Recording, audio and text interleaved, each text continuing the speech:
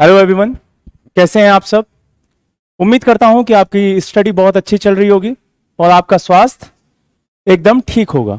अभी तक हमने जो विजन का टेस्ट सीरीज है 24 नंबर का फुल लेंथ का उसको सॉल्व किया था और आज का जो हमारा टेस्ट सीरीज रहेगा वो टेस्ट नंबर रहेगा 25। ठीक है, ये भी क्या है, ये भी आपका फुल लेंथ टेस्ट है। आप सभी को पता है कि यूपीएससी का एग्जाम जो कि 5 जून को होने वाला है, वो टेस्ट सीरीज जो कि आपकी विजन कराती है वो इतनी आप सभी के लिए बेनिफिशियल है। इसीलिए हमारी कोचिंग आप सभी को ये फ्री ऑफ कॉस्ट मुहैया करा रही है। इसलिए आप अपने दोस्तों में, अपने साथियों में इसको शेयर करें और हमारे चैनल को सब्सक्राइब करें। चलिए स्टार्ट करते हैं अपना पहला क्वेश्चन। पहला क्वेश्चन है, मूल अधिकारों के संदर्भ में निम्नलिखित कथनों पे कौन सा सही है। ठीक,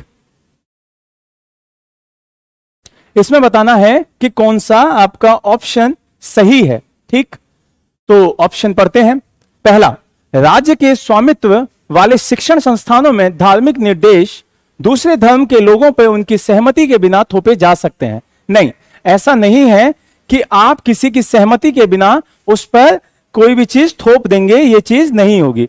हृदय नमस्कार, ठीक है, ऐसा नहीं होगा कि आप किसी की सहमति के बिना उस पर अपने चीजें थोप देंगे। फिर दूसरी क्या कह रहा है, देश से बाहर जाने का अधिकार और देश में वापस आने का अधिकार। तो वापस आने का अधिकार और बाहर जाने का अधिकार अनुच्छेद 19 के तहत नहीं होता है, ये अलग चीज है। ठीक है, बंद, लॉकडाउन, ठीक है, अभिव्यक्ति के मूल अधिकारों के अंतर्गत शामिल नहीं है। यस, ये आपका एकदम सही बात है कि जो बंद है वो आपकी अभिव्यक्ति के जो मूल अधिकार है आर्टिकल 19 का, उसके अंतर्गत शामिल नहीं है। तो आपका सही आंसर पूछा था तो आपको सही आंसर मिल गया। सी आपका एकदम सही आंसर हो जाएगा। क्लियर है। चलिए दूसरे क्वेश्चन पे चलते हैं। दूसरा क्वेश्चन है आपका, भारत छोड़ो आंदोलन के संदर्भ में निम्नलिखित कथनों में से कौन सा सही नहीं है। देखिए ध्यान रखिए, भारत छोड़ो आंदोलन के संदर्भ में बात कर रहे हैं और क्या सही नहीं है यह चीज पूछ रहा है। क्वेश्चन पढ़ते हैं। भारत छोड़ो आंदोलन का दमन करने हेतु अंग्रेजों के द्वारा मार्शल लॉ लागू नहीं किया गया था। क्या यह बात सही है? यह बात एकदम सही है। ठीक है, यह बात एकदम सही है कि उस टाइम मार्शल लॉ लागू नहीं किया गया था। फिर दूसरा, गांधी जी के लोगों के द्वारा कई की गई हिंसा की निंदा करने से इंकार कर दिया गया था। यह भी बात सही है। फिर दूसरी बात, आरंभ में यह एक ग्रामीण विद्रोह था, इसके रूप में शुरू हुआ था जिससे बहिष्कार और धरने का प्रयोग किया गया था। यह बात यहां पर गलत हो जाएगी और आपकी यही पूछा है कि कौन सा गलत है। ठीक है, यही पूछा है आपसे कि कौन सा गलत है, तो आपका सी ऑप्शन यहां पे हो जाएगा। इसके बाद आप यहां सी ऑप्शन डाल लें अपना, आपका गलत पूछा है। अगले क्वेश्चन पे चलते हैं। अगला क्वेश्चन है आपका, पादप प्रजातियों के संदर्भ में डाईबैक और स्टेड हेड संदर्भित करते हैं। क्या चीज पूछ रहा है कि जो आपका डाईबैक है, जो आपका डाईबैक है और स्टेड हैग है, वो किस चीज को संदर्भित करते हैं, किस चीज को शो करते हैं, आपको बताना है। ठीक, तो ऑप्शन देखिए, सामान्यतः अग्रभाग से प्रारंभ होकर, किससे, अग्रभाग से, स्टार्टिंग से स्टार्ट होकर टहनियों और शाखाओं तक विस्तारित होने वाली जो प्रगामी मृत्यु को हम क्या बोलते हैं, डाईबैक और स्टैग हेड। तो ये एकदम सही बात हो जाएगी और यही इस चीज को एकदम शो करती है। ठीक है, यही आपकी ये चीज शो करती है। अगले क्वेश्चन पे चलते हैं। अगला क्वेश्चन है आपका 4 नंबर का। देखिए क्वेश्चन क्या कह रहा है, वायरल वेक्टर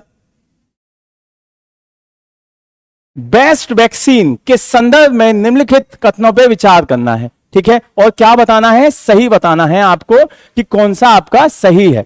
ठीक है, तो क्या बोल रहा है, वायरल वेक्टर वैक्सीन में प्रतिरक्षा प्रतिक्रिया के निर्माण हेतु घातक वायरस को कमजोर स्वरूप का उपयोग किया जाता है। क्या कह रहा है कि वायरल वेक्टर जो वैक्सीन है उसमें आपकी प्रतिरक्षा प्रतिक्रिया के जो निर्माण हेतु एक घातक वायरस के कमजोर स्वरूप को, उसके वीक जो कंपोनेंट है उसको यूज किया जाता है। ठीक है, फिर दूसरी बात क्या कह रहा है कि प्रतिरक्षा प्रतिक्रिया में बी कोशिकाओं और टी कोशिकाओं दोनों को शामिल किया जाता है। तो ये एकदम सही बात है कि बी कोशिका और टी कोशिका इसमें यूज की जाती है। इसको अभी हम होल्ड पे रखेंगे।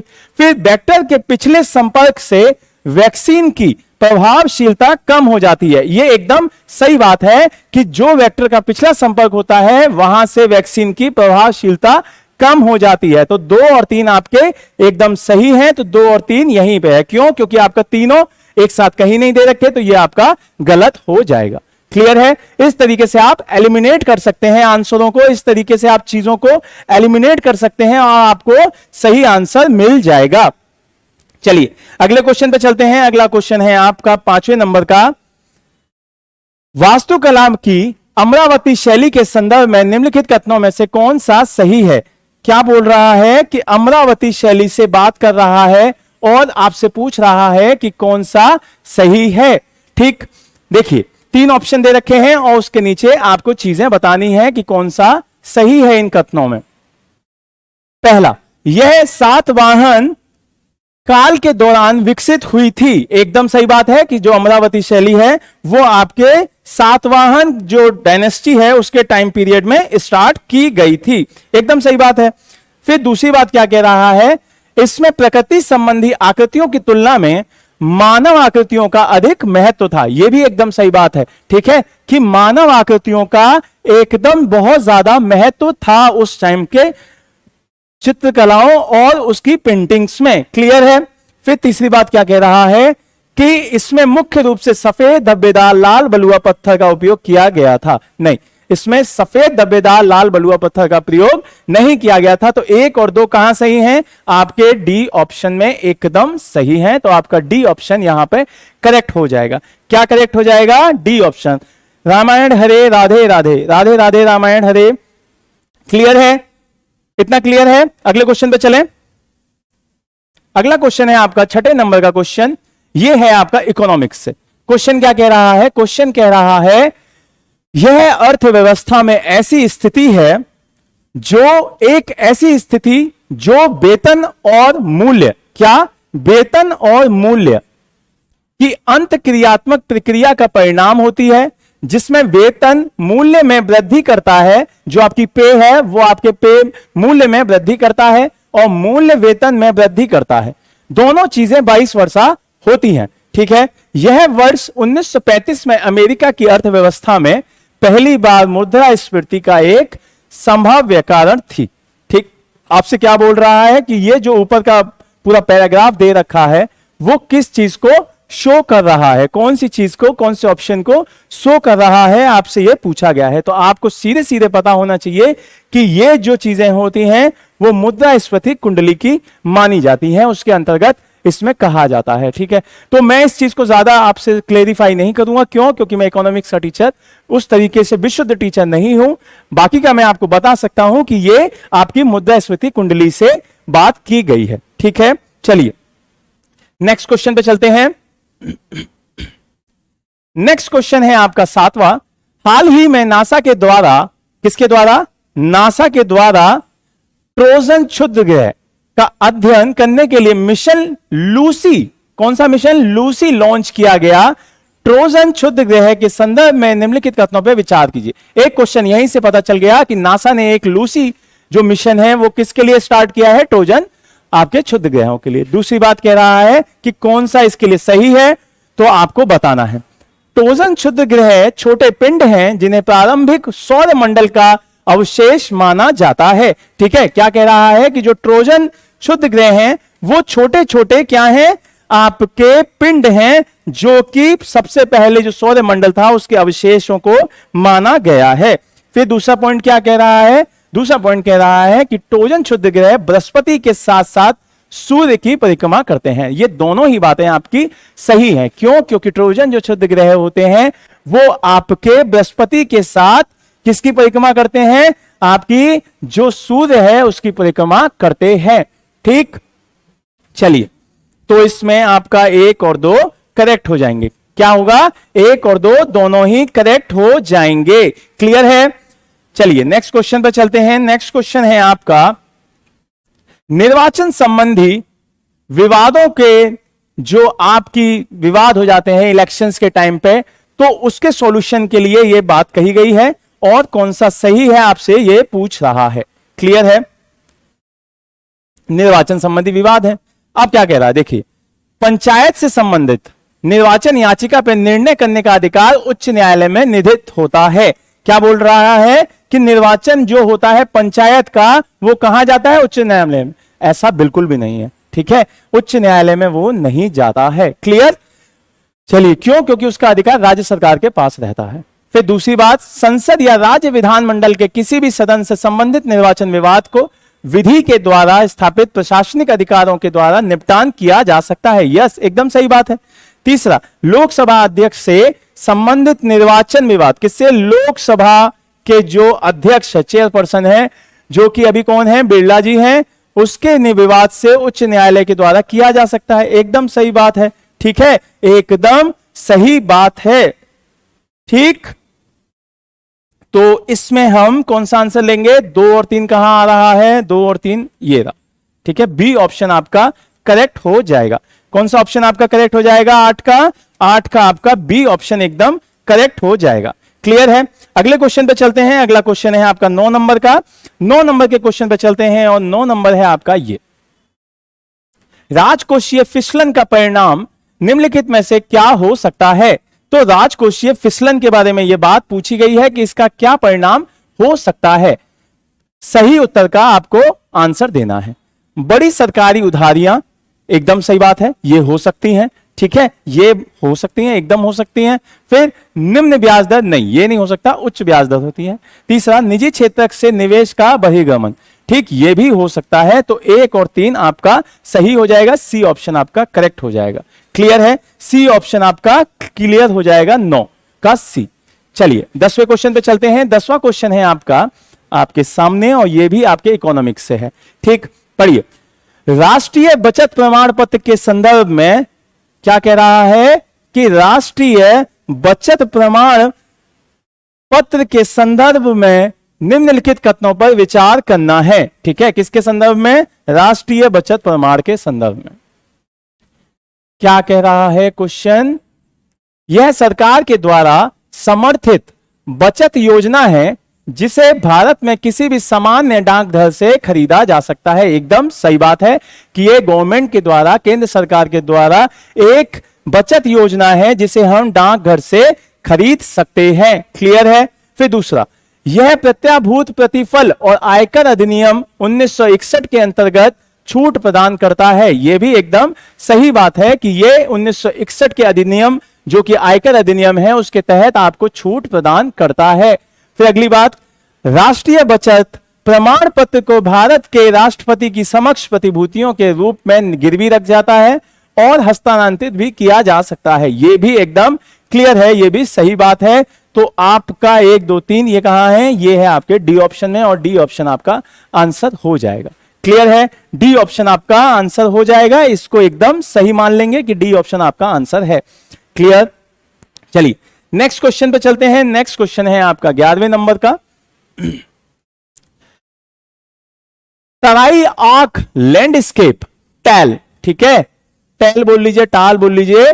तराई आंख लैंडस्केप के संदर्भ में निम्नलिखित कथनों पर विचार कीजिए। 3 ऑप्शंस दे रखे हैं आपको, पढ़िए इसको और फिर मुझे आंसर बताइए। ठीक, क्या बोल रहा है कि यह क्षेत्र पश्चिम में यमुना नदी और पूरब में बागमती नदी के विस्तृत है। एकदम सही बात है कि पश्चिम में इसके यमुना नदी है और पूरब में इसके बागमती नदी है। फिर दूसरा, यह क्षेत्र बंगाल टाइगर, एक सींग वाले गैंडे और एशियाई हाथों का आवास स्थल भी है। यस, ये भी एकदम सही बात है। फिर दूसरा क्या कह रहा है? तीसरा, राजाजी राष्ट्रीय उद्यान इसी भूदर्श का एक भाग है। ये भी एकदम सही बात है कि ये सारी की सारी चीजें यहां पे दिखाई देती हैं। तो हमें ये चीज क्लियर हो जाती है कि इसका आंसर कौन सा होगा। 1 2 3 आपका डी ऑप्शन इसका भी आंसर हो जाएगा। क्लियर है? डी ऑप्शन आपका इसका आंसर हो जाएगा। चलिए नेक्स्ट क्वेश्चन पे चलते हैं। नेक्स्ट क्वेश्चन क्या कह रहा है वो देखते हैं।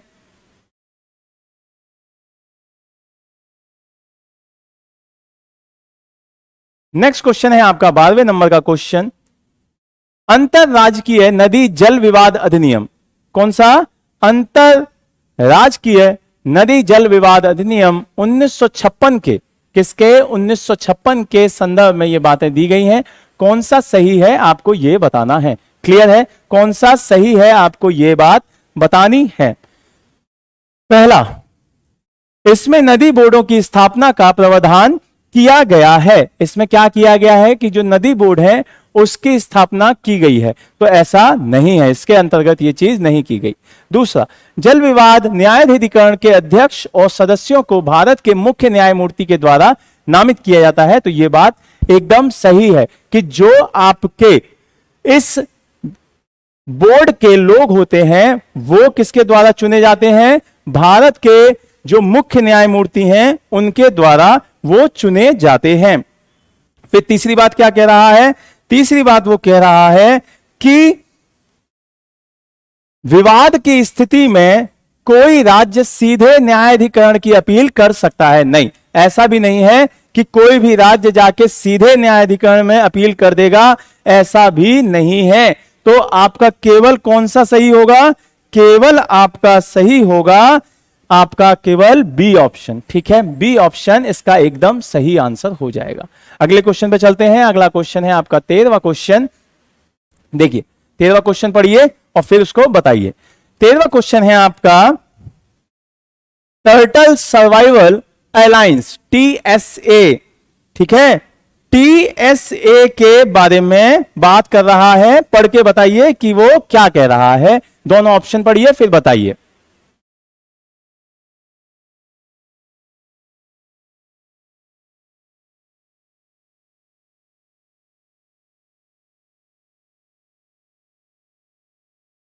पढ़ लिया? ठीक है, पढ़ लिया। टर्टल सर्वाइवल अलायंस के बारे में यह बात थी, आपको बताना था कि कौन सा इसमें कथन सही है। ठीक है, आपको बताना है कि इसमें कौन सा कथन आपका सही आता है। देखिए पहला पढ़िए, इसका गठन ताजे जल के कछुओं के साधारणीकरण प्रबंधन हेतु WWF और IUCN के मध्य एक साझेदारी के रूप में किया गया है। तो ऐसा है? नहीं, ऐसा नहीं है कि आपका जो ये संस्थाएं हैं वो आपकी इसके तहत बनाई गई हैं, वो सिर्फ और सिर्फ आपके IUCN के द्वारा बनाई गई हैं। ठीक है, तो ये आपका गलत हो जाएगा। फिर दूसरी बात क्या कह रहा है? इसका उद्देश्य कच्छपों के साथ साथ कछुओं की आबादी की बहाल करना भी है, तो ये एकदम सही हो जाएगा। तो बी ऑप्शन आपका करेक्ट हो जाएगा, केवल बी। ठीक है, केवल बी आपका सही हो जाएगा, तो आपका बी ऑप्शन इसमें करेक्ट हो जाएगा। आगे चलें। अगला क्वेश्चन है आपका 14वां क्वेश्चन। भक्ति संत कबीर दास के संदर्भ में यह बात की गई है और आपको बताना है उनके बारे में बात करके कि कौन सा सही है। वे निर्गुण भक्ति के प्रवर्तक थे, एकदम सही बात है। ठीक है, एकदम सही बात है। निर्गुण, उनका जो मत है वही निर्गुणकारी है, वही बात कहती है कि निर्गुण है। फिर दूसरा, उनकी आध्यात्मिक रचनाओं को बीजक कहा जाता है, एकदम सही बात है। उनकी बुक का जो संकलन किया गया है उसको बीजक कहा जाता है। फिर तीसरी बात क्या कह रहा है? तीसरी बात कह रहा है उन्होंने वैराग्य और शास्त्रों के ज्ञान को ईश्वर की प्राप्ति के लिए महत्वपूर्ण माना है। नहीं, उन्होंने ऐसा कुछ भी नहीं बोला है कि आपको शास्त्रों का पढ़ना होगा, ये करना होगा, वो करना होगा, ऐसा कोई भी बात उनके द्वारा नहीं कही गई है। इसीलिए आपका जो सही आंसर होगा केवल 1 और 2। कहां पे दिख रहा है? बी ऑप्शन में दिख रहा है, एकदम क्लियर हो जाएगा। अगले क्वेश्चन पे चलते हैं। अगला क्वेश्चन क्या है? 15वां क्वेश्चन है जलियांवाला बाग। ठीक, 1919 बहुत इंपॉर्टेंट है। ठीक है, बहुत इंपॉर्टेंट है इस बात। जलियांवाला बाग के संदर्भ में निम्नलिखित घटनाओं पे उनके घटित होने के कारण क्रम पे व्यवस्थित करना है। ठीक, 4 पॉइंट दे रखे हैं, आपको ऑर्डर फिक्स करना है कि कब कब क्या क्या हुआ है। क्लियर है? चलिए बताइए एक बार पढ़ के कि कौन सा कब हुआ है। पहला कौन सा होगा? सबसे पहले रॉलेट एक्ट है। ठीक है, पहला दे दिया इसको। फिर दूसरा कह रहा है सत्यपाल और सैफुद्दीन किचलू जी की जेल, यस, इसमें दूसरा हो जाएगा। अशांति जांच समिति, नहीं ये नहीं हुआ है। टैगोर द्वारा नाइट, यस ये हुआ है। तीसरा और चौथा हुआ है ये। तो 1 2 3 4, तो आपका 1 2 4 3, यस ये हो जाएगा, सी ऑप्शन हो जाएगा आपका। एकदम क्लियर है। ठीक है, कि अशांति की जो जांच समिति गठन हुई थी वो सबसे एंड में की गई थी, ना कि आपके जब टैगोर जी ने उसकी जो नाइटहुड है उसकी उपाधि लौटा दी है, उससे पहले ही आपके अशांति की जांच की जो गठित है वो नहीं हुई थी। क्लियर। चलिए नेक्स्ट क्वेश्चन पे चलते हैं, जो कि है आपका 16वां क्वेश्चन, और 16वां क्वेश्चन है आपका इस साइड। देखिए 16वां क्वेश्चन क्या कह रहा है, मैग्नेटस के संदर्भ में निम्नलिखित कथनों पर विचार कीजिए।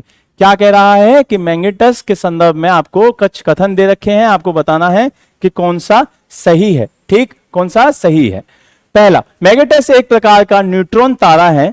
ठीक है, क्या है, न्यूट्रॉन तारे हैं, और जिनका चुंबकीय क्षेत्र पृथ्वी से अधिक प्रबल होता है। क्या होता है, अधिक प्रबल होता है। तो ये बात एकदम सही है कि जो ये एक तरीके का न्यूट्रॉन तारे होते हैं, और इनका जो चुंबकीय क्षेत्र होता है पृथ्वी से ज्यादा होता है। फिर दूसरा, अल्पवेन तरंगे मैग्नेट्रॉन के भीतर उत्पन्न होने वाली अस्थिरता का कारण सृजित होती हैं। ये भी एकदम सही बात है। तो ये हो गया 1 और 2 दोनों सही, आपका सी ऑप्शन करेक्ट। क्लियर, आपका सी ऑप्शन क्लियर हो जाएगा।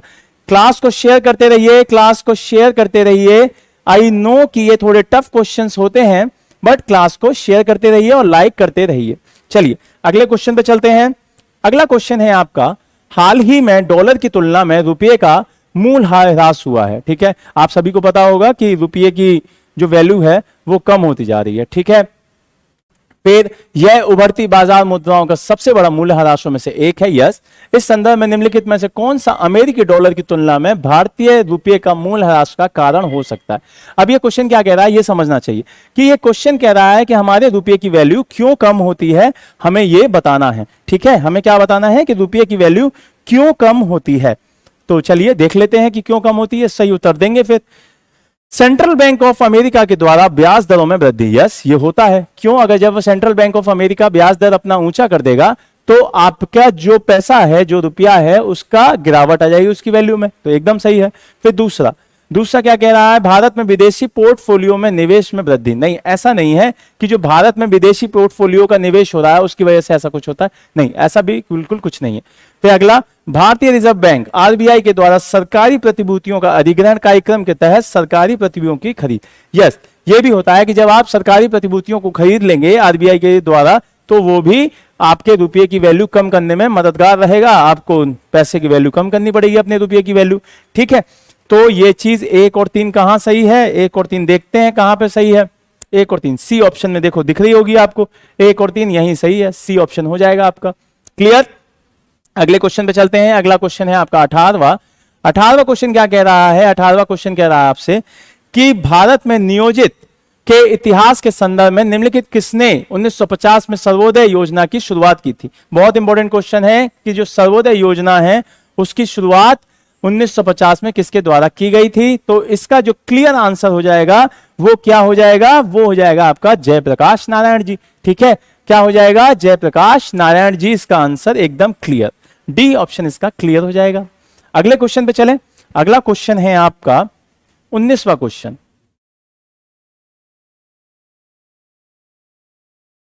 यदि प्रकाश के पथ में आने वाली कोई अपारदर्शी वस्तु अत्यंत छोटी हो जिसमें से लाइट पास नहीं हो सकती, ठीक है, अपारदर्शी है, लाइट पास नहीं हो सकती है, फिर क्या कह रहा है, तो प्रकाश सीधी रेखा में चलने की बजाय उस वस्तु से किनारे की ओर मुड़ जाएगा, एकदम मुड़ जाएगा। आपने मिरर देखा होगा, मुड़ जाता है। ठीक है, फिर इस परिघटना को क्या कहते हैं। देखिए क्या है कि मिरर है, लेंस नहीं है, मिरर है।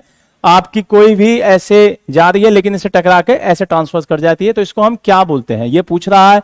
तो सीधा आंसर हो जाएगा आपका, जब आप साइंस पढ़ेंगे तो हम इसको क्या बोलते हैं, विवर्तनिक बोलते हैं। ठीक है, विवर्तन बोलते हैं, सीधे सीधे इसका आंसर बी हो जाएगा। क्लियर, विवर्तन होता है सीधे। आप जब क्लास 9th या 10th की साइंस पढ़ेंगे तो उसमें ये आपका टॉपिक है जिसको हम डिफ्रैक्शन भी बोलते हैं ना, डिफ्रैक्ट करना, डिफ्रैक्शन भी बोलते हैं इसको। क्लियर, चलिए अगले ऑप्शन पे चलते हैं। अगले क्वेश्चन देखिए, पर्वत दे रखे हैं और साइड में उसकी चोटियां हैं जो कि राज्य हैं, उसमें कौन से राज्य में पड़ता है ये बात पूछी गई है। क्लियर,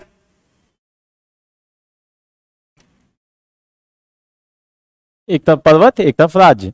अन्नाईमुड़ी केरल में, नंदा देवी उत्तराखंड में, दादोबेटा तमिलनाडु में। तो आपको यह पता होगा कि नंदा देवी उत्तराखंड में आती है। तो 2 कहां पे है, 2 यहां है, 2 यहां है, 2 यहां भी है। तो ये ऑप्शन तो आपका सीधा सीधा कट गया। ठीक है, 20 का आपका जो ये ऑप्शन है सीधा सीधा कट गया। फिर आप देखिए अन्नाईमुड़ी केरल में भी है, ये भी आपको याद रहेगा। कि अन्नायमुड़ी केरल में है, तो ये भी आपका सही है, ये भी सही है। तो 1 और 2 कहां है? एक यहां भी है, एक यहां भी है, तो आपका ये भी कट गया। फिर देखिए दोहरा बेटा, जो कि आपके तमिलनाडु और नीलगिरी हिल्स की सबसे ऊंची चोटी है और तमिलनाडु में मानी जाती है, तो आपका ये हो जाएगा तीसरा भी सही। और इसका आंसर क्या मानेंगे हम? इसका आंसर मानेंगे आपका डी। ठीक है, आपका डी इसका एकदम सही आंसर हो जाएगा। तो हम इसका आंसर कर देते हैं डी। क्लियर है?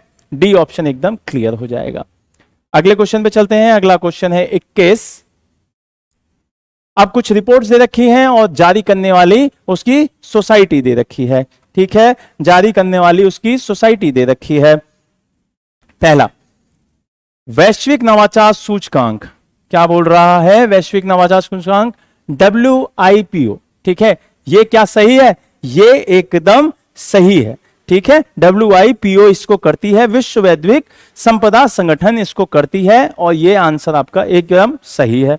ठीक, पहला सही हो गया। पहला यहां सही है, ये कट गया, एक यहां है, फिर उसके बाद देखो केवल 2 आपका ये ऑप्शन कट गया है, ये सही है, ये सही है अभी, और ये भी कट गया है। अब अगले पे चलते हैं। Global girlhood report UN women. ठीक, तो ये क्या सही है? तो ये आपका सही है या नहीं, ये अभी आप रोक लीजिए, क्योंकि आपको अभी पता नहीं होगा, तो इसको आप रोक लीजिए। ये आपका सही हो गया। फिर आपका अगला क्या कह रहा है? अगला कह रहा है आपसे स्टेट ऑफ द एजुकेशन, ये कौन करता है? ये करता है आपका यूनेस्को। ये एकदम सही है। ठीक, तो 1 और 3 आपका एकदम सही हो जाएंगे। तो अब बचा कंफ्यूजन सिर्फ और यहां का। तो एक चीज बताइए, स्टेट ऑफ एजुकेशन जो है आपके, जो गर्ल्स के लिए ग्लोबल गर्लहुड रिपोर्ट है, उसमें अगर आप ये चीज चेक करेंगे तो उसको कौन करता है? उसको करता है, आप सभी को बहुत अच्छे से पता चल जाएगा कि उस रिपोर्ट को जो जारी करने वाली संस्था है वो गर्ल्स राइट इन क्राइसिस है। ठीक है, वो कौन करती है? ग्लोबल गर्ल्स राइट एक संस्था है, सेव द चिल्ड्रन। ठीक है, सेव द चिल्ड्रन। ठीक, वो संस्था करती है। तो ये यहां गलत हो जाएगा, और ऑप्शन यहां पे बचे आपके 1 और 3, ये आपका ऑप्शन सही हो जाएगा। सी ऑप्शन आपका एकदम क्लियर हो जाएगा। ठीक है, एकदम सही हो जाएगा। जिवराज गुड इवनिंग, कैसे हो जिवराज? कैसे हो जिवराज? चलो ठीक है, चलो अगले क्वेश्चन पे चलते हैं। अगला क्वेश्चन है आपका 22 नंबर का। यह क्वेश्चन है आपका पॉलिटी से। लोक प्रतिनिधित्व अधिनियम 1950 उम्मीदवारों के सामान्य तौर पर निवास के लिए मानदंड प्रदान करता है। सामान्य तौर पर निवासियों के मानदंड के संदर्भ में निम्नलिखित कथनों पर कौन सा सही नहीं है? ठीक है, क्या पूछ रहा है? सही नहीं है। क्लियर है? सही नहीं है, यह ध्यान रखना है और चीजों को अच्छे से आप सॉल्व करना है। पहला, कोई भी सांसद विधायक अपने कार्यकाल के दौरान उस निर्वाचन क्षेत्र के सामान्य तौर से निवासी माना जाएगा जहां से वह संसद के रूप में चुना जाता है। नहीं, ऐसा बिल्कुल भी नहीं है। ठीक, दूसरा, संघ के सशस्त्र बलों के कार्यरत किसी भी व्यक्ति को सेवा के स्थान पर सामान्य तौर से निवासी माना जाता है। नहीं, ऐसा भी नहीं है। तो आपके दोनों ही ये गलत हैं, और इसमें 2 और 1, ये सी ऑप्शन आपका करेक्ट हो जाएगा। क्लियर? सी ऑप्शन आपका एकदम सही हो जाएगा। बहुत बढ़िया जिवराज, सही रहो, पढ़ते रहो। ठीक, चलो अगले क्वेश्चन पे चलते हैं। लाभ का पद, प्रॉफिट की जो जॉब रहती है, ऑफिस ऑफ प्रॉफिट, उसके बारे में क्वेश्चन पूछा गया है।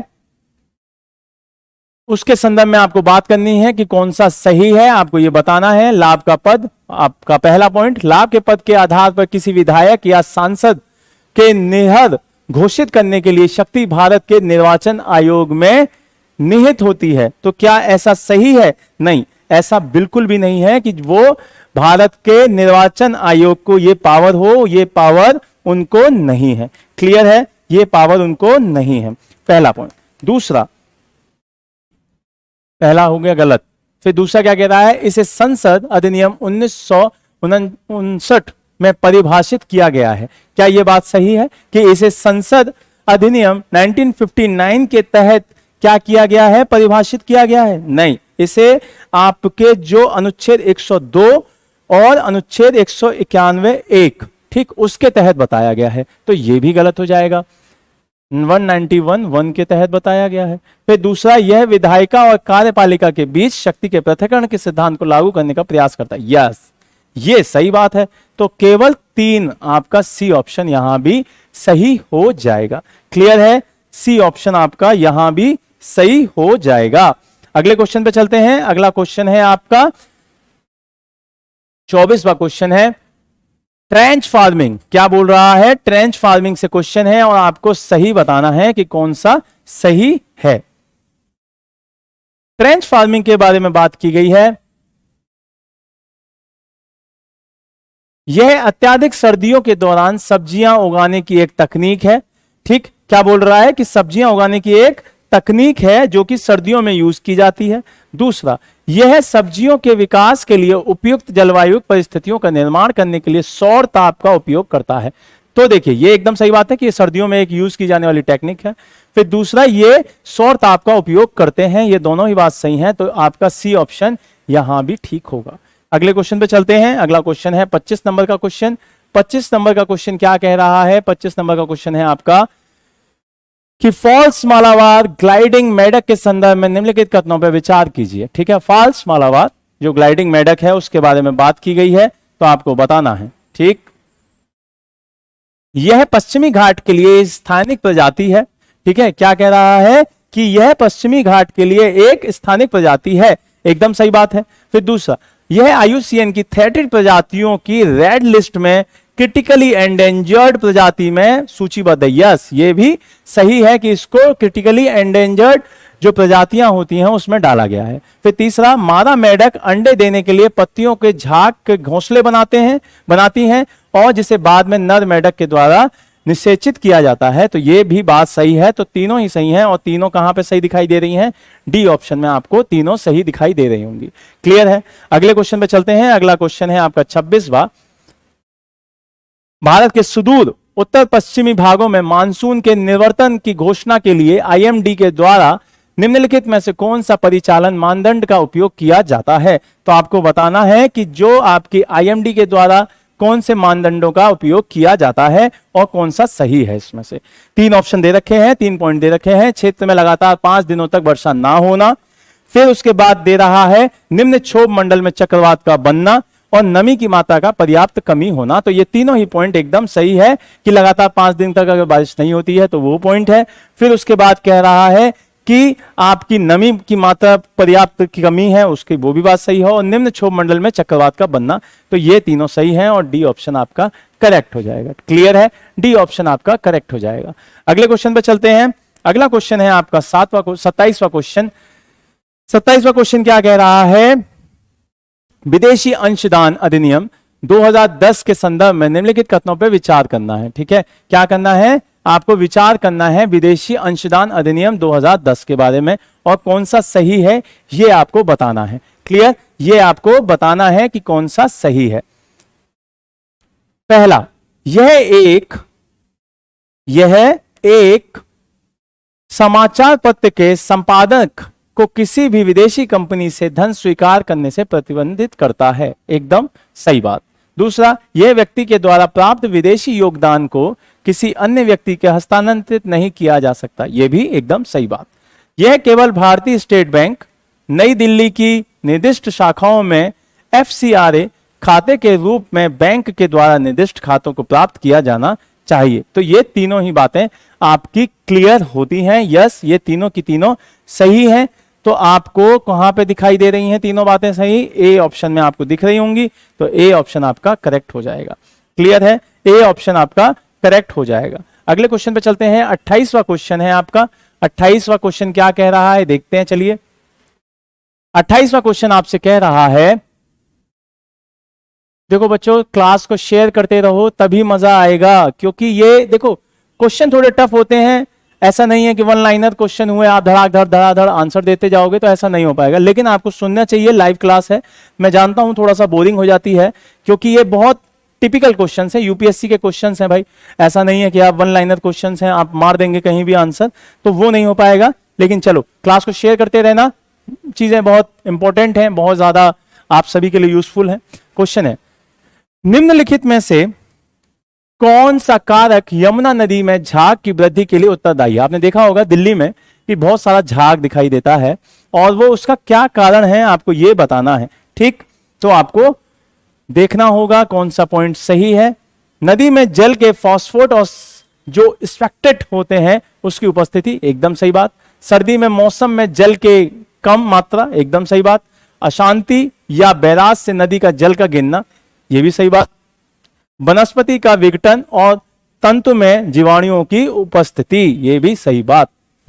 तो आपके ये चारों पॉइंट सॉरी, ये आपके चारों पॉइंट क्या हो जाएंगे?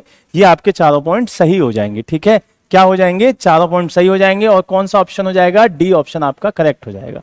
अगले क्वेश्चन पे चलते हैं। अगला क्वेश्चन है आपका 29, पढ़िए। जैव विविधता के लिए आईची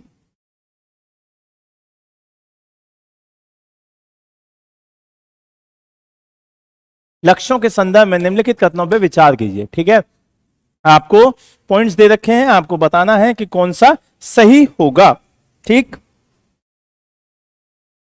तो आप देखिए, पढ़िए। ये 2011 से 2020 की अवधि हेतु जैव विविधता के लिए रणनीतिक योजना का भाग है, जिसे जैव विविधता अभिसमय के तहत तैयार किया गया है। तो यह बात एकदम सही है। इन्हें पर्यावरण और विकास पर संयुक्त राष्ट्र सम्मेलन यूनिसेड के अंगीकृत किया गया था। नहीं, यह बात सही नहीं है। क्यों? क्योंकि इसे यूनिसेड के अंतर्गत अंगीकृत नहीं किया गया। फिर तीसरा, विश्व में कम से कम 5 देशों ने सभी लक्ष्यों के पूर्ण रूप से प्राप्त कर लिया। नहीं, यह भी बात यहां पे गलत हो जाएगी कि कम से कम मिनिमम 5 देश बता रहा है, यह बात गलत है। तो इसमें केवल एक सही होगा, बी ऑप्शन आपका करेक्ट हो जाएगा, और 29 का बी आप करेक्ट आंसर हो जाएगा। 30 क्वेश्चन पे चलते हैं। 30वां क्वेश्चन है आपका चैम्बर ऑफ प्रिंसेस के संदर्भ में बात की गई है, चैम्बर ऑफ प्रिंसेस के बारे में। तो आपको सही आंसर बताना है क्वेश्चंस को पढ़ के। देखिए, चैम्बर ऑफ प्रिंसेस के बारे में बात करते हैं। चलिए, इसका उद्घाटन ड्यूक ऑफ कनॉट के द्वारा दिल्ली के लाल किले पे किया गया था। क्या यह बात सही है? ये एकदम सही बात है। ठीक है, ये एकदम आपकी सही बात है। फिर अगले पॉइंट पे चलते हैं।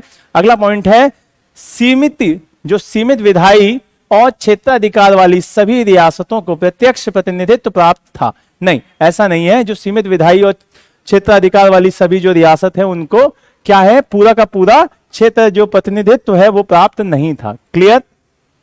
अगले पॉइंट पे चलते हैं। तो यहां से देखो, एक यहां से हट गया, एक यहां से हट गया, एक यहां से हट गया। क्लियर हो गया? आंसर ये भी सही होगा। तो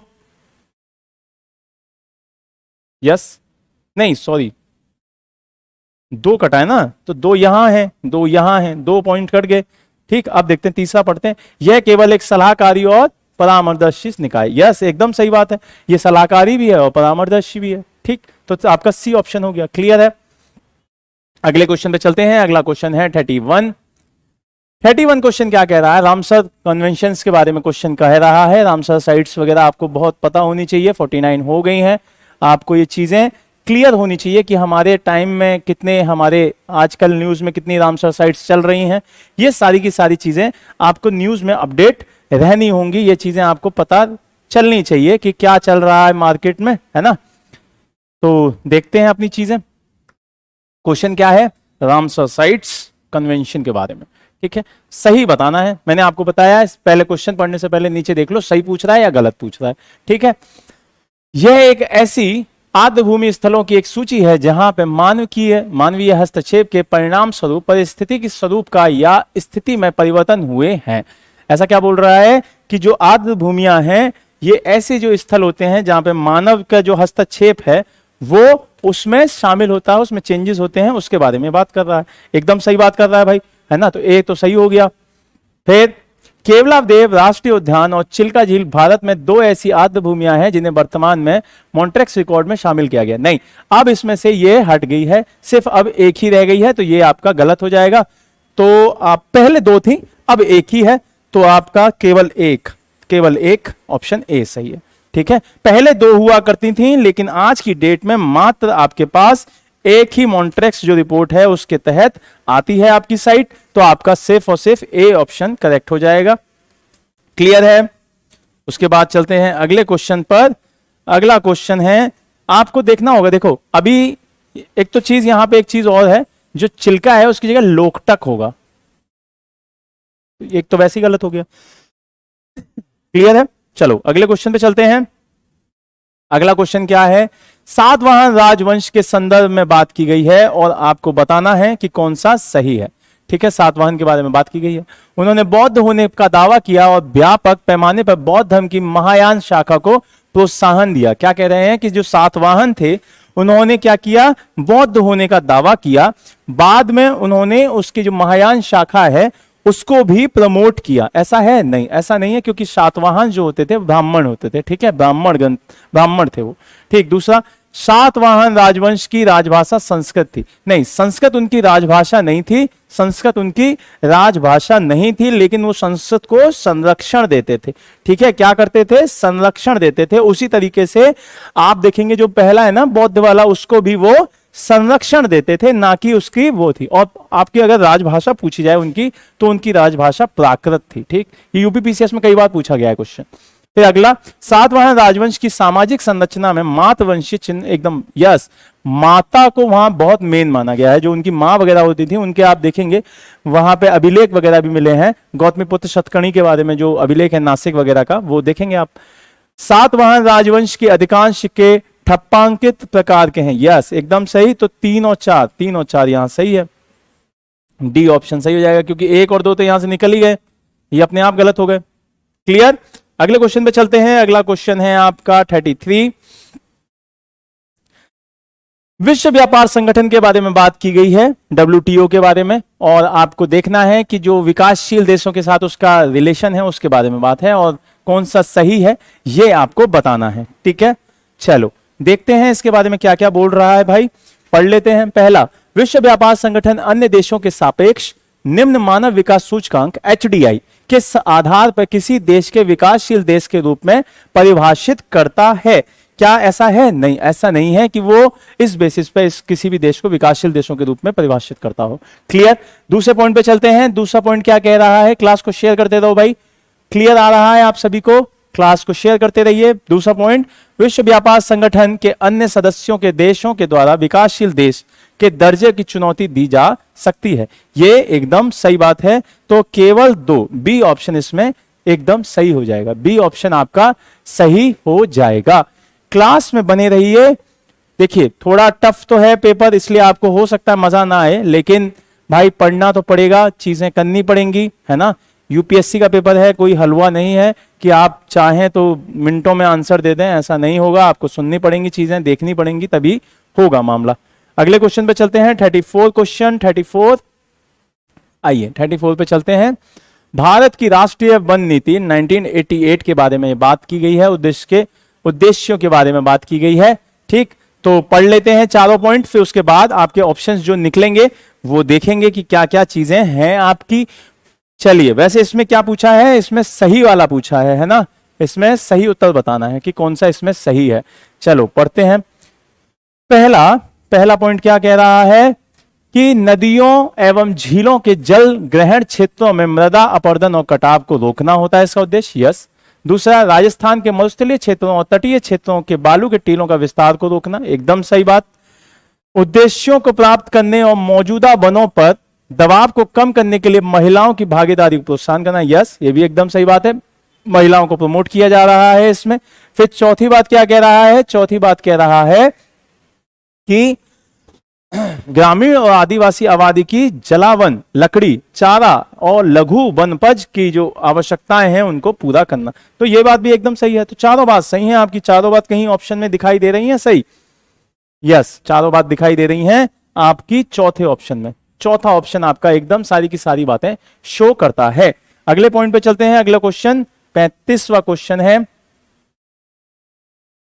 35वां क्वेश्चन क्या बोल रहा है? दर्शन शास्त्र से रिलेटेड क्वेश्चन है भाई साहब, बहुत अच्छा क्वेश्चन है, कई बार पूछा गया है, कई बार पूछा जाएगा।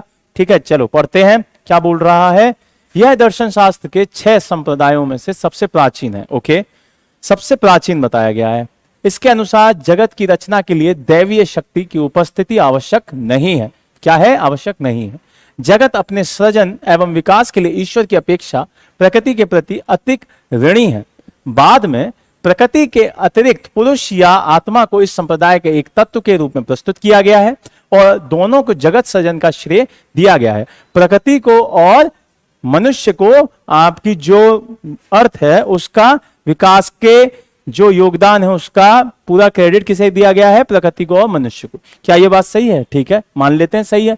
तो ये बात कहता कौन सा दर्शन है, ये बात पूछी गई है। तो ये बात कहता है आपका सांख्य। ठीक है, सांख्य कहता है। और सांख्य दिखाई कहां दे रहा है? सांख्य आपके 2 में तो दिखाई दे नहीं रहा है। नीचे है आपका, देखिए सी ऑप्शन है आपका सांख्य। सांख्य ऑप्शन है सी, एकदम सही हो जाएगा इसका आंसर। ठीक है, अब मुझे आप एक चीज बताइए कि जो सांख्य दर्शन है वो किसके द्वारा दिया गया है? ठीक, तो आपको सीधे सीधे पता होगा जो सांख्य है आपका वो कपिल मुनि के द्वारा दिया गया है। ठीक, कपिल मुनि के द्वारा ये दिया गया है। क्लियर है? अगले क्वेश्चन पे चलें। अगला क्वेश्चन है आपका 36वां क्वेश्चन। भारतीय संविधान की 3री अनुसूची में निम्नलिखित में से किन पदाधिकारियों की शपथ और प्रतिज्ञान का उल्लेख है? जब हम पॉलिटी पढ़ रहे थे तो मैंने बताया था 3री अनुसूची किससे है? शपथ से है। ठीक है, और उसमें लोग भी बताए थे। तो आपका यही टेस्ट है कि कौन सा सही है। आपको 7 पोस्ट दे रखी है, उनकी है या नहीं आपको बताना है। भारत का राष्ट्रपति, भारत के उपराष्ट्रपति, लोकसभा अध्यक्ष, केंद्रीय राज्य मंत्री, संसद के सदस्य, भारत का नियंत्रक महालेखा परीक्षक, उच्चतम न्यायालय और उच्च न्यायालय के जो न्यायाधीश हैं उनके बारे में क्या ये बात सही है? तो आपको पता होना चाहिए कि किस किस का उल्लेख करता है। वो करता है आपका, देखिए, केंद्रीय राज्य मंत्री, संसद के सदस्य, भारत का नियंत्रक महालेखा परीक्षक और उच्चतम न्यायालय एवं उच्च न्यायालय के न्यायाधीश, इनके बारे में ये बात करता है। तो आपका 4, 5, 6, 7 ये तीनों तो इसमें आते नहीं है ना, ये तीनों नहीं आएंगे। बाकी का इसमें देख लेते हैं ऑप्शन 4, 5, 6, ये रहा डी ऑप्शन है भाई साहब, आपका डी ऑप्शन एकदम करेक्ट हो जाएगा। 4, 5, 6, 7 इनके बारे में ये बात करता है। क्लियर है? इनके बारे में ये बात करता है। क्लियर? चलिए अगले क्वेश्चन पे चलते हैं। अगला क्वेश्चन है आपका 37 क्वेश्चन पे चलते हैं। 37 यस, 37 क्वेश्चन कहता है आपसे भारत में जूट क्षेत्र के संदर्भ में निम्नलिखित कथनों पर विचार कीजिए। वेस्ट बंगाल साइड में सबसे ज्यादा होता है। ठीक है, भारत विश्व का सबसे बड़ा जूट उत्पादक देश है। बहुत बढ़िया। फिर दूसरा, जूट वर्ष 2020 क्या बोल रहा है कि जूट वर्ष 2020-21 हेतु 100% बोल रहा है भाई साहब, खाद्यान्न एवं चीनी को जूट की बोरियों में पैक किया जाना अनिवार्य है। ऐसा कुछ नहीं है, सिर्फ और सिर्फ आपका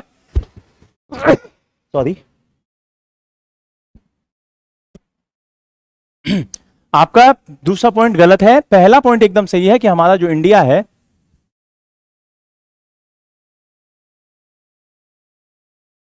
वो विश्व का सबसे बड़ा जूट उत्पादक देश है। एकदम सही बात है, पहला ऑप्शन सही है। तो पहला ऑप्शन आपका ए में दिखाई दे रहा है, तो ए ऑप्शन इसका करेक्ट आंसर हो जाएगा।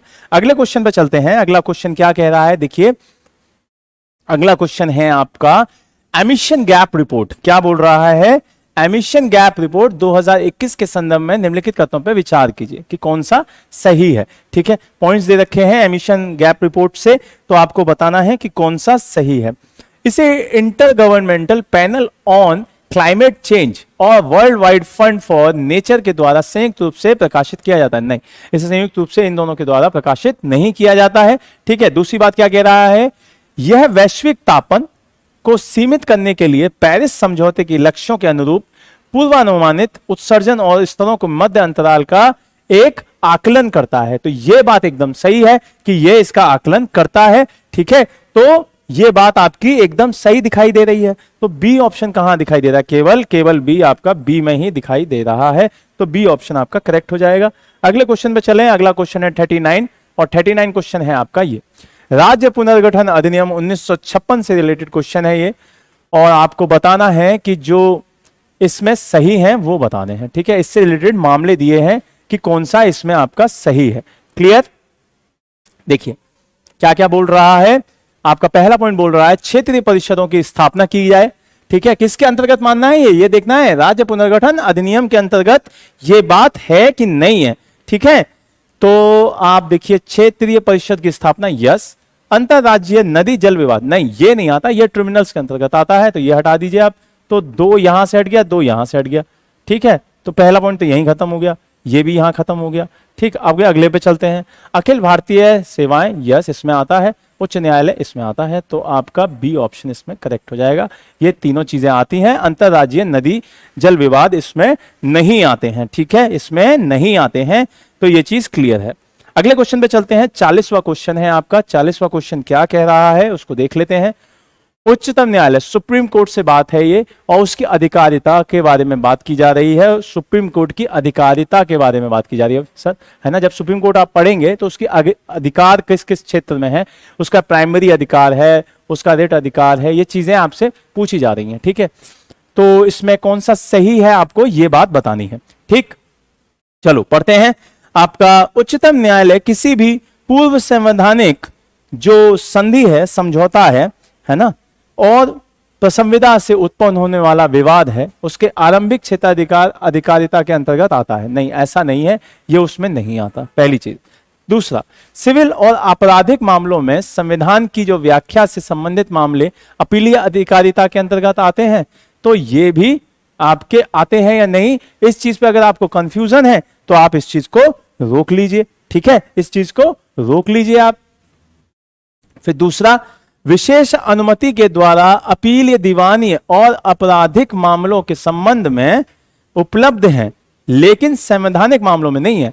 तो यह बात तो बिल्कुल गलत हो जाती है भाई, कि आप विशेष अनुमति के दौरान तो अपीलीय, न्याय, दीवानी है, और आपराधिक मामलों के संबंध में जो आपके संवैधानिक मामले हैं उसमें नहीं है, ठीक है। तो यह चीज देख लेते हैं। तो आप देखिए दूसरा,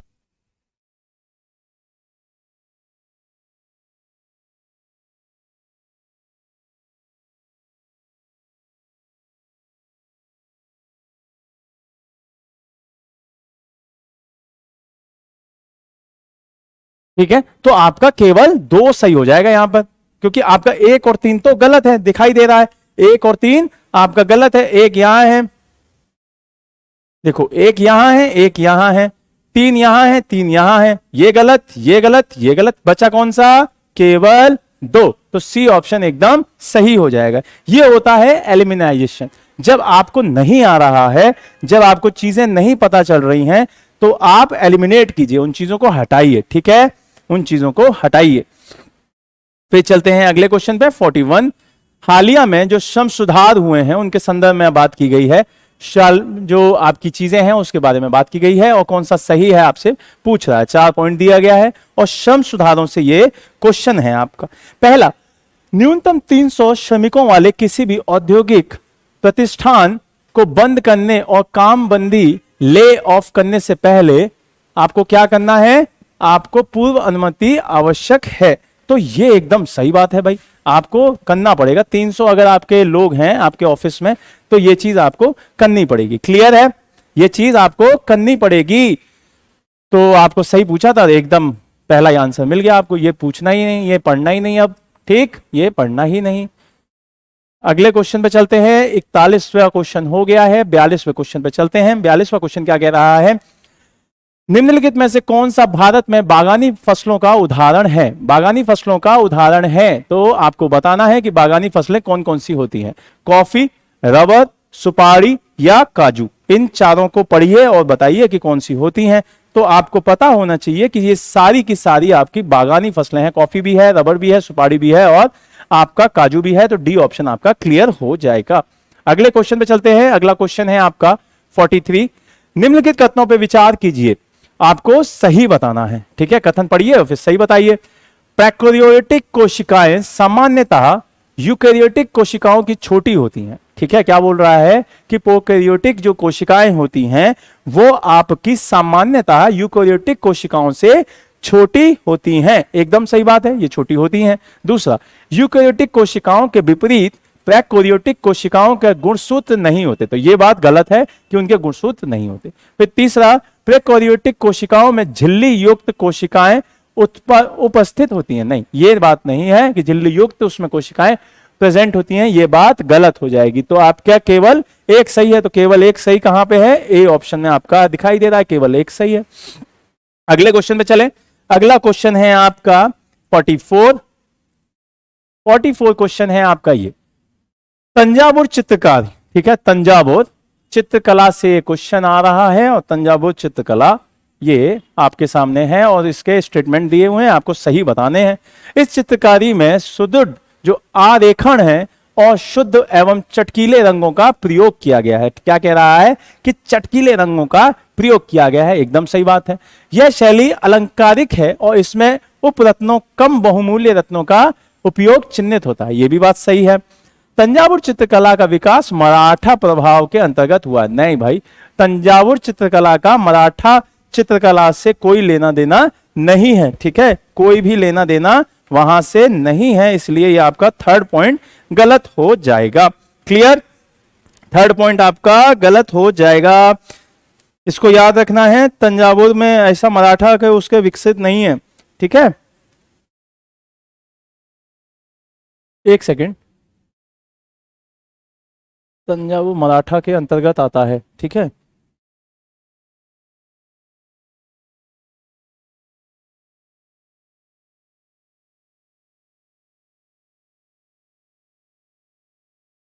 ओके, चलो, तो ये हो गया आपका 1 और 2, ठीक, 1 और 2 आपके सही हो जाएंगे।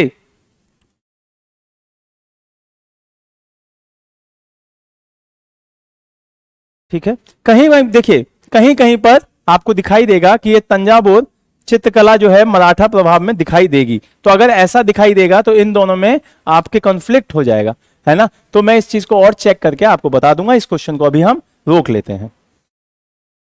अगला क्वेश्चन है आपका 45, ठीक, 45 क्वेश्चन है आपका। साक्षी संरक्षण स्कीम, साक्षी संरक्षण स्कीम निम्नलिखित कथनों पर विचार कीजिए, आपको बताना है इस योजना में कौन सा सही है, यह बताना है, ठीक है, कौन सा सही है। साक्षी संरक्षण स्कीम, इस योजना में केवल उन्हीं साक्षी को शामिल किया जाता है जिसमें स्वयं के या परिवार के सदस्यों के जीवन को खतरा होता है, ठीक है। क्या होता है, स्वयं के या अपने किसी घर के मेंबर के जीवन पर खतरा होता है, ठीक, पहली बात तो ऐसा नहीं है, ठीक, ऐसा बिल्कुल भी नहीं है, पहला पॉइंट गलत है। दूसरा, साक्षी संरक्षण निधि राज्य, संघ, राज्य, क्षेत्र सरकार के अधीन गृह मंत्रालय के द्वारा यस, ये गृह मंत्रालय के द्वारा संचालित की जाती है, एकदम सही बात है। फिर तीसरा, यह योजना भारत के सभी राज्यों और यूटीज में परिवर्तनीय है, लागू की गई है, तो यह बात एकदम सही है। तो 2 और 3 सही हो जाएगा, बी ऑप्शन आपका करेक्ट हो जाएगा, ठीक है। 45 का बी ऑप्शन एकदम करेक्ट हो जाएगा। अनुच्छेद 141 और 142 इसके तहत रखा जा रहा है। क्लियर, चलो अगले क्वेश्चन पे चलते हैं। आज 50 क्वेश्चन लगाएंगे, उसके बाद कल 50 क्वेश्चन देखेंगे। एनएचबी राष्ट्रीय आवास बैंक रेसिडेक्स को बृहत कार्य क्षेत्र और व्यापक भौगोलिक क्षेत्र हेतु नया रूप दिया गया है। इस संदर्भ में निम्नलिखित कथनों में से सूचकांक एनएचबी रेसिडेक्स शामिल है। आपको 4 पॉइंट दे रखे हैं और सही उत्तर बताना है। आवास मूल्य सूचकांक एचपीआई, भूमि मूल्य सूचकांक एलपीआई, निर्माण सामग्री मूल्य सूचकांक बीएमपीआई, आवास किराया सूचकांक एचआरआई, ठीक है। इन चारों में से कौन कौन सा उसमें शामिल किया गया है ये आपको देखना है। तो ये चारों के चारों शामिल किए गए हैं, आवास, भूमि, निर्माण और आवास किराया सूचकांक। तो ये चारों कहां दिखाई दे रहे हैं, ये आपके डी ऑप्शन में दिखाई दे रहे हैं, डी आपका सही आंसर हो जाएगा। अगले क्वेश्चन पे चलते हैं। अगला क्वेश्चन है आपका 47। 47 क्या कह रहा है, रसायन विज्ञान में 2021 में नोबेल प्राइज से क्वेश्चन है, जो ऑर्गेनोटिक लेसिस है उसके विकास के लिए प्रदान किया गया है। इस संदर्भ में निम्नलिखित कथनों पर विचार कीजिए। केमिस्ट्री में किसके बिहाफ में बात कर रहे हैं कि कौन सा सही है, ये चीज आपको बतानी है, ठीक है। ऑप्शन देखिए, कार्बनिक उत्प्रेरक पर्यावरण के अनुकूल हैं और उत्पादन में सस्ते होते हैं। क्या बोल रहा है कि पर्यावरण के लिए अनुकूल हैं और ये सस्ते होते हैं, ठीक। फिर दूसरी बात क्या कह रहा है, दूसरी बात ये कह रहा है कि दूसरी बात कह रहा है कार्बनिक उत्प्रेरक का जो यूज है, ठीक है, वो अणुओं के निर्माण के लिए किया जाता है और सौर कोशिकाओं के प्रकाश ग्रहण कर सकते हैं। तो ये दोनों ही बातें आपने देखी होंगी, जब न्यूज पढ़ी होंगी, नोबेल प्राइज जब मिल रहे थे, तो ये दोनों बातें इसमें बहुत न्यूज में थी कि ये इस चीजों के लिए दिया गया है। तो ये दोनों ही सही हैं, तो सी ऑप्शन आपका करेक्ट हो जाएगा। अगले पॉइंट पे चलते हैं। अगला क्वेश्चन है आपका 48 क्वेश्चन क्या कह रहा है? भारत में प्रत्यक्ष विदेशी निवेश, बहुत इंपॉर्टेंट टॉपिक है भाई, है ना। एफडीआई से हमेशा क्वेश्चन आता ही आता है, तो आपको उस चीज पे ध्यान रखना है। एफडीआई क्वेश्चन हमेशा पूछा ही जाएगा, हमेशा पूछा जाएगा एफडीआई से क्वेश्चन। तो देखो, पहला सही बताना है आपको एफडीआई से। भारत में एफडीआई का सबसे बड़ा स्रोत मॉरिशस है, ऐसा है क्या? ऐसा बिल्कुल भी नहीं है, मॉरिशस उसका सबसे बड़ा स्रोत नहीं है, ठीक है। मॉरिशस उसका सबसे बड़ा स्रोत नहीं है। फिर दूसरी बात क्या कह रहा है? दूसरी कह रहा है पिछले 5 वर्षों में भारत में एफडीआई निरंतर वृद्धि हुई है। यस, बढ़ता ही जा रहा है, बढ़ता ही जा रहा है ना। चिट फंड और जुआ जैसे क्षेत्रों में जो एफडीआई है प्रतिबंधित है। यस, हमने जब देखा होगा पिछला ही क्वेश्चन, जो पिछला पेपर लगाए थे, एफडीआई जब वहां पढ़ रहे थे तो वहां पे बहुत सारे ऑप्शंस थे और उसमें था कि आप चिट फंड और आप जुआ में एफडीआई नहीं लगा सकते हैं। क्लियर? आप एफडीआई नहीं लगा सकते। ओके, तो आपका 2 और 3 कहां सही है? ये सी ऑप्शन आपका करेक्ट हो जाएगा। अगले क्वेश्चन पे चलते हैं, 49, आज का सेकंड लास्ट क्वेश्चन। किसी राज्य के राज्यपाल के संदर्भ में निम्नलिखित कथनों में से कौन सा सही नहीं है? सही नहीं है किसका? राज्यपाल के बारे में बात कर रहे हैं और आपको बताना है कि कौन सा चीज गलत दे रखी है। ठीक, संविधान में राज्यपाल के पद के लिए 5 वर्षीय कार्यकाल का उपबंध किया गया है। यस, है ना। फिर अनुच्छेद 352 के तहत राज्यपाल को आपातकाल के संबंध में शक्तियां प्राप्त नहीं है भाई, राष्ट्रपति को, ठीक है, यहां राष्ट्रपति। तो बी ही गलत हो गया, सीधा खत्म हो गई बात। अगले क्वेश्चन पे चलते हैं, 50 क्वेश्चन, लास्ट क्वेश्चन है आज का। वन्य जीव संरक्षण अधिनियम 1972, बहुत इंपॉर्टेंट क्वेश्चन है, पर्यावरण से हमेशा आता है। अनुसूची 6 के तहत निम्नलिखित में से कौन सी पादप प्रजातियों को शामिल किया गया है? आपको पता है कि अनुसूची 6 में पादप प्रजातियां रखी जाती हैं, तो आप देखिए कौन सा दे रखा है। पहला प्रोसोपिस जोलीफोरा, लेडीज स्लीपर आर्किड, या तीसरा रेड बेंडा। ठीक है, इन तीनों में से किसको रखा गया है? तो ये रखे गए हैं, आपको बता दूं कि ये आपका प्रोसोपिस जोलीफोरा नहीं रखा गया है, लेडीज स्लीपर आर्किड और रेड बोंडा। तो 2 और 3 आपका बी ऑप्शन इसका सही हो जाएगा। ठीक है, बी ऑप्शन आपका सही हो जाएगा। ठीक है, अब क्वेश्चन है आपका 50 नंबर का, जो 50 तक हमने कर लिया था, और क्वेश्चन नंबर 51 आपके सामने है। स्टार्ट करते हैं इसको। जो पृथ्वी की गति के संदर्भ में निम्नलिखित कथनों पे विचार करने हैं। ठीक है, जो पृथ्वी की गति दे रखी होती है उसके बारे में हमें कुछ पॉइंट्स दे रखे हैं और उसके कथन के बारे में विचार करना है कि हमारा कौन सी चीज सही है। क्लियर? पहला पॉइंट कह रहा है कि पूर्णिमा की रात को प्रदीप्त व्रत क्या होता है? जब दिन और रात जिसमें बराबर होते हैं उसके हिसाब से वो चीजें क्लियर होती हैं। ठीक है, पूर्णिमा की रात को प्रदीप्त व्रत पृथ्वी के अक्ष पर सपाती होता है। क्या ये बात सही है? तो इसको हम अभी होल्ड पे रखते हैं। क्यों? क्योंकि ये बात सही नहीं है, सपाती नहीं होता है, तो ये गलत हो जाएगा। फिर दूसरी बात क्या कह रहा है कि 21 मार्च को भौगोलिक उत्तरी ध्रुव सूर्य की ओर झुका हुआ होता है। किस डेट में? 21 मार्च को ये झुका हुआ होता है। तो नहीं, ऐसा नहीं है कि वो ध्रुव की ओर जो है वो झुका हुआ होता है, तो ये भी बात गलत हो जाएगी। ठीक है, तो आप एक चीज देखिए कि जब हम इस क्वेश्चन को देखेंगे, इसको सॉल्व करेंगे, फिर तीसरा पॉइंट बचता है बस हमारा, है ना। तो इसमें देखो, ये दोनों कट चुके हैं आपके, बस बचा कौन सा? तीसरा। दूसरा यहां है, दूसरा यहां है, दूसरा यहां है, तो केवल 3 आपका सही आंसर हो जाएगा। केवल 3 इसका सही आंसर हो जाएगा, बाकी के तीनों आपके कट जाएंगे। क्लियर है? बाकी के सारे आपके कट जाएंगे। क्लास को शेयर करते रहें और क्लास को लाइक करते रहें। क्लास थोड़ी सी डिस्टर्ब हुई है, उसके लिए सॉरी। ठीक है, आगे चलते हैं। आगे का क्वेश्चन है 52 क्वेश्चन क्या कहता है? भारत के राष्ट्रपति के निर्वाचन के संदर्भ में निम्नलिखित कथनों पर विचार करना है। ठीक है, किसके बात में? जो राष्ट्रपति होता है उसके बारे में बात करनी है कि उसके पॉइंट्स जो दे रखे हैं वो सही है या नहीं। ठीक है, सही वाले पॉइंट्स को आपको बताना है कि कौन सा सही है या कौन सा गलत है। राष्ट्रपति के निर्वाचन से संबंधित किसी भी निर्वाचन याचिका पर निर्णय और शक्ति करने का जो निर्वाचन आयोग को निहित है, नहीं, ऐसा नहीं है। निर्वाचन आयोग को वो पावर नहीं है, वो पावर है आपकी सुप्रीम कोर्ट को। ठीक है, सुप्रीम कोर्ट को वो पावर है। दूसरा, एक व्यक्ति जो ना तो उम्मीदवार है ना ही निर्वाचक है, वह राष्ट्रपति के निर्वाचन के जो वैधता है उसकी चुनौती देने के लिए मुकदमा दायर नहीं कर सकता। तो ये एकदम सही बात है कि ऐसा व्यक्ति जो कि ना तो उम्मीदवार है ना ही उसका निर्वाचक है, तो वो कोई भी मुकदमा दायर नहीं कर सकता है। तो ये बात आपकी एकदम सही हो जाती है। तो आपका केवल 2 सही होगा, क्योंकि सही पूछा था, बी ऑप्शन आपका करेक्ट हो जाएगा। क्लियर है? अगले क्वेश्चन पे चलते हैं। अगला क्वेश्चन है आपका 53, बौद्ध धर्म से रिलेटेड क्वेश्चन है। बौद्ध धर्म की जो महायान शाखा है उससे यह क्वेश्चन आ रहा है। तो महायान शाखा के बारे में बताना है कि यह बौद्ध की जो मूर्ति या छवि पूजा में विश्वास नहीं करते थे। दूसरा, वे आत्म अनुशासन और ध्यान के माध्यम से व्यक्तिगत मोक्ष या निर्माण में विश्वास करते थे।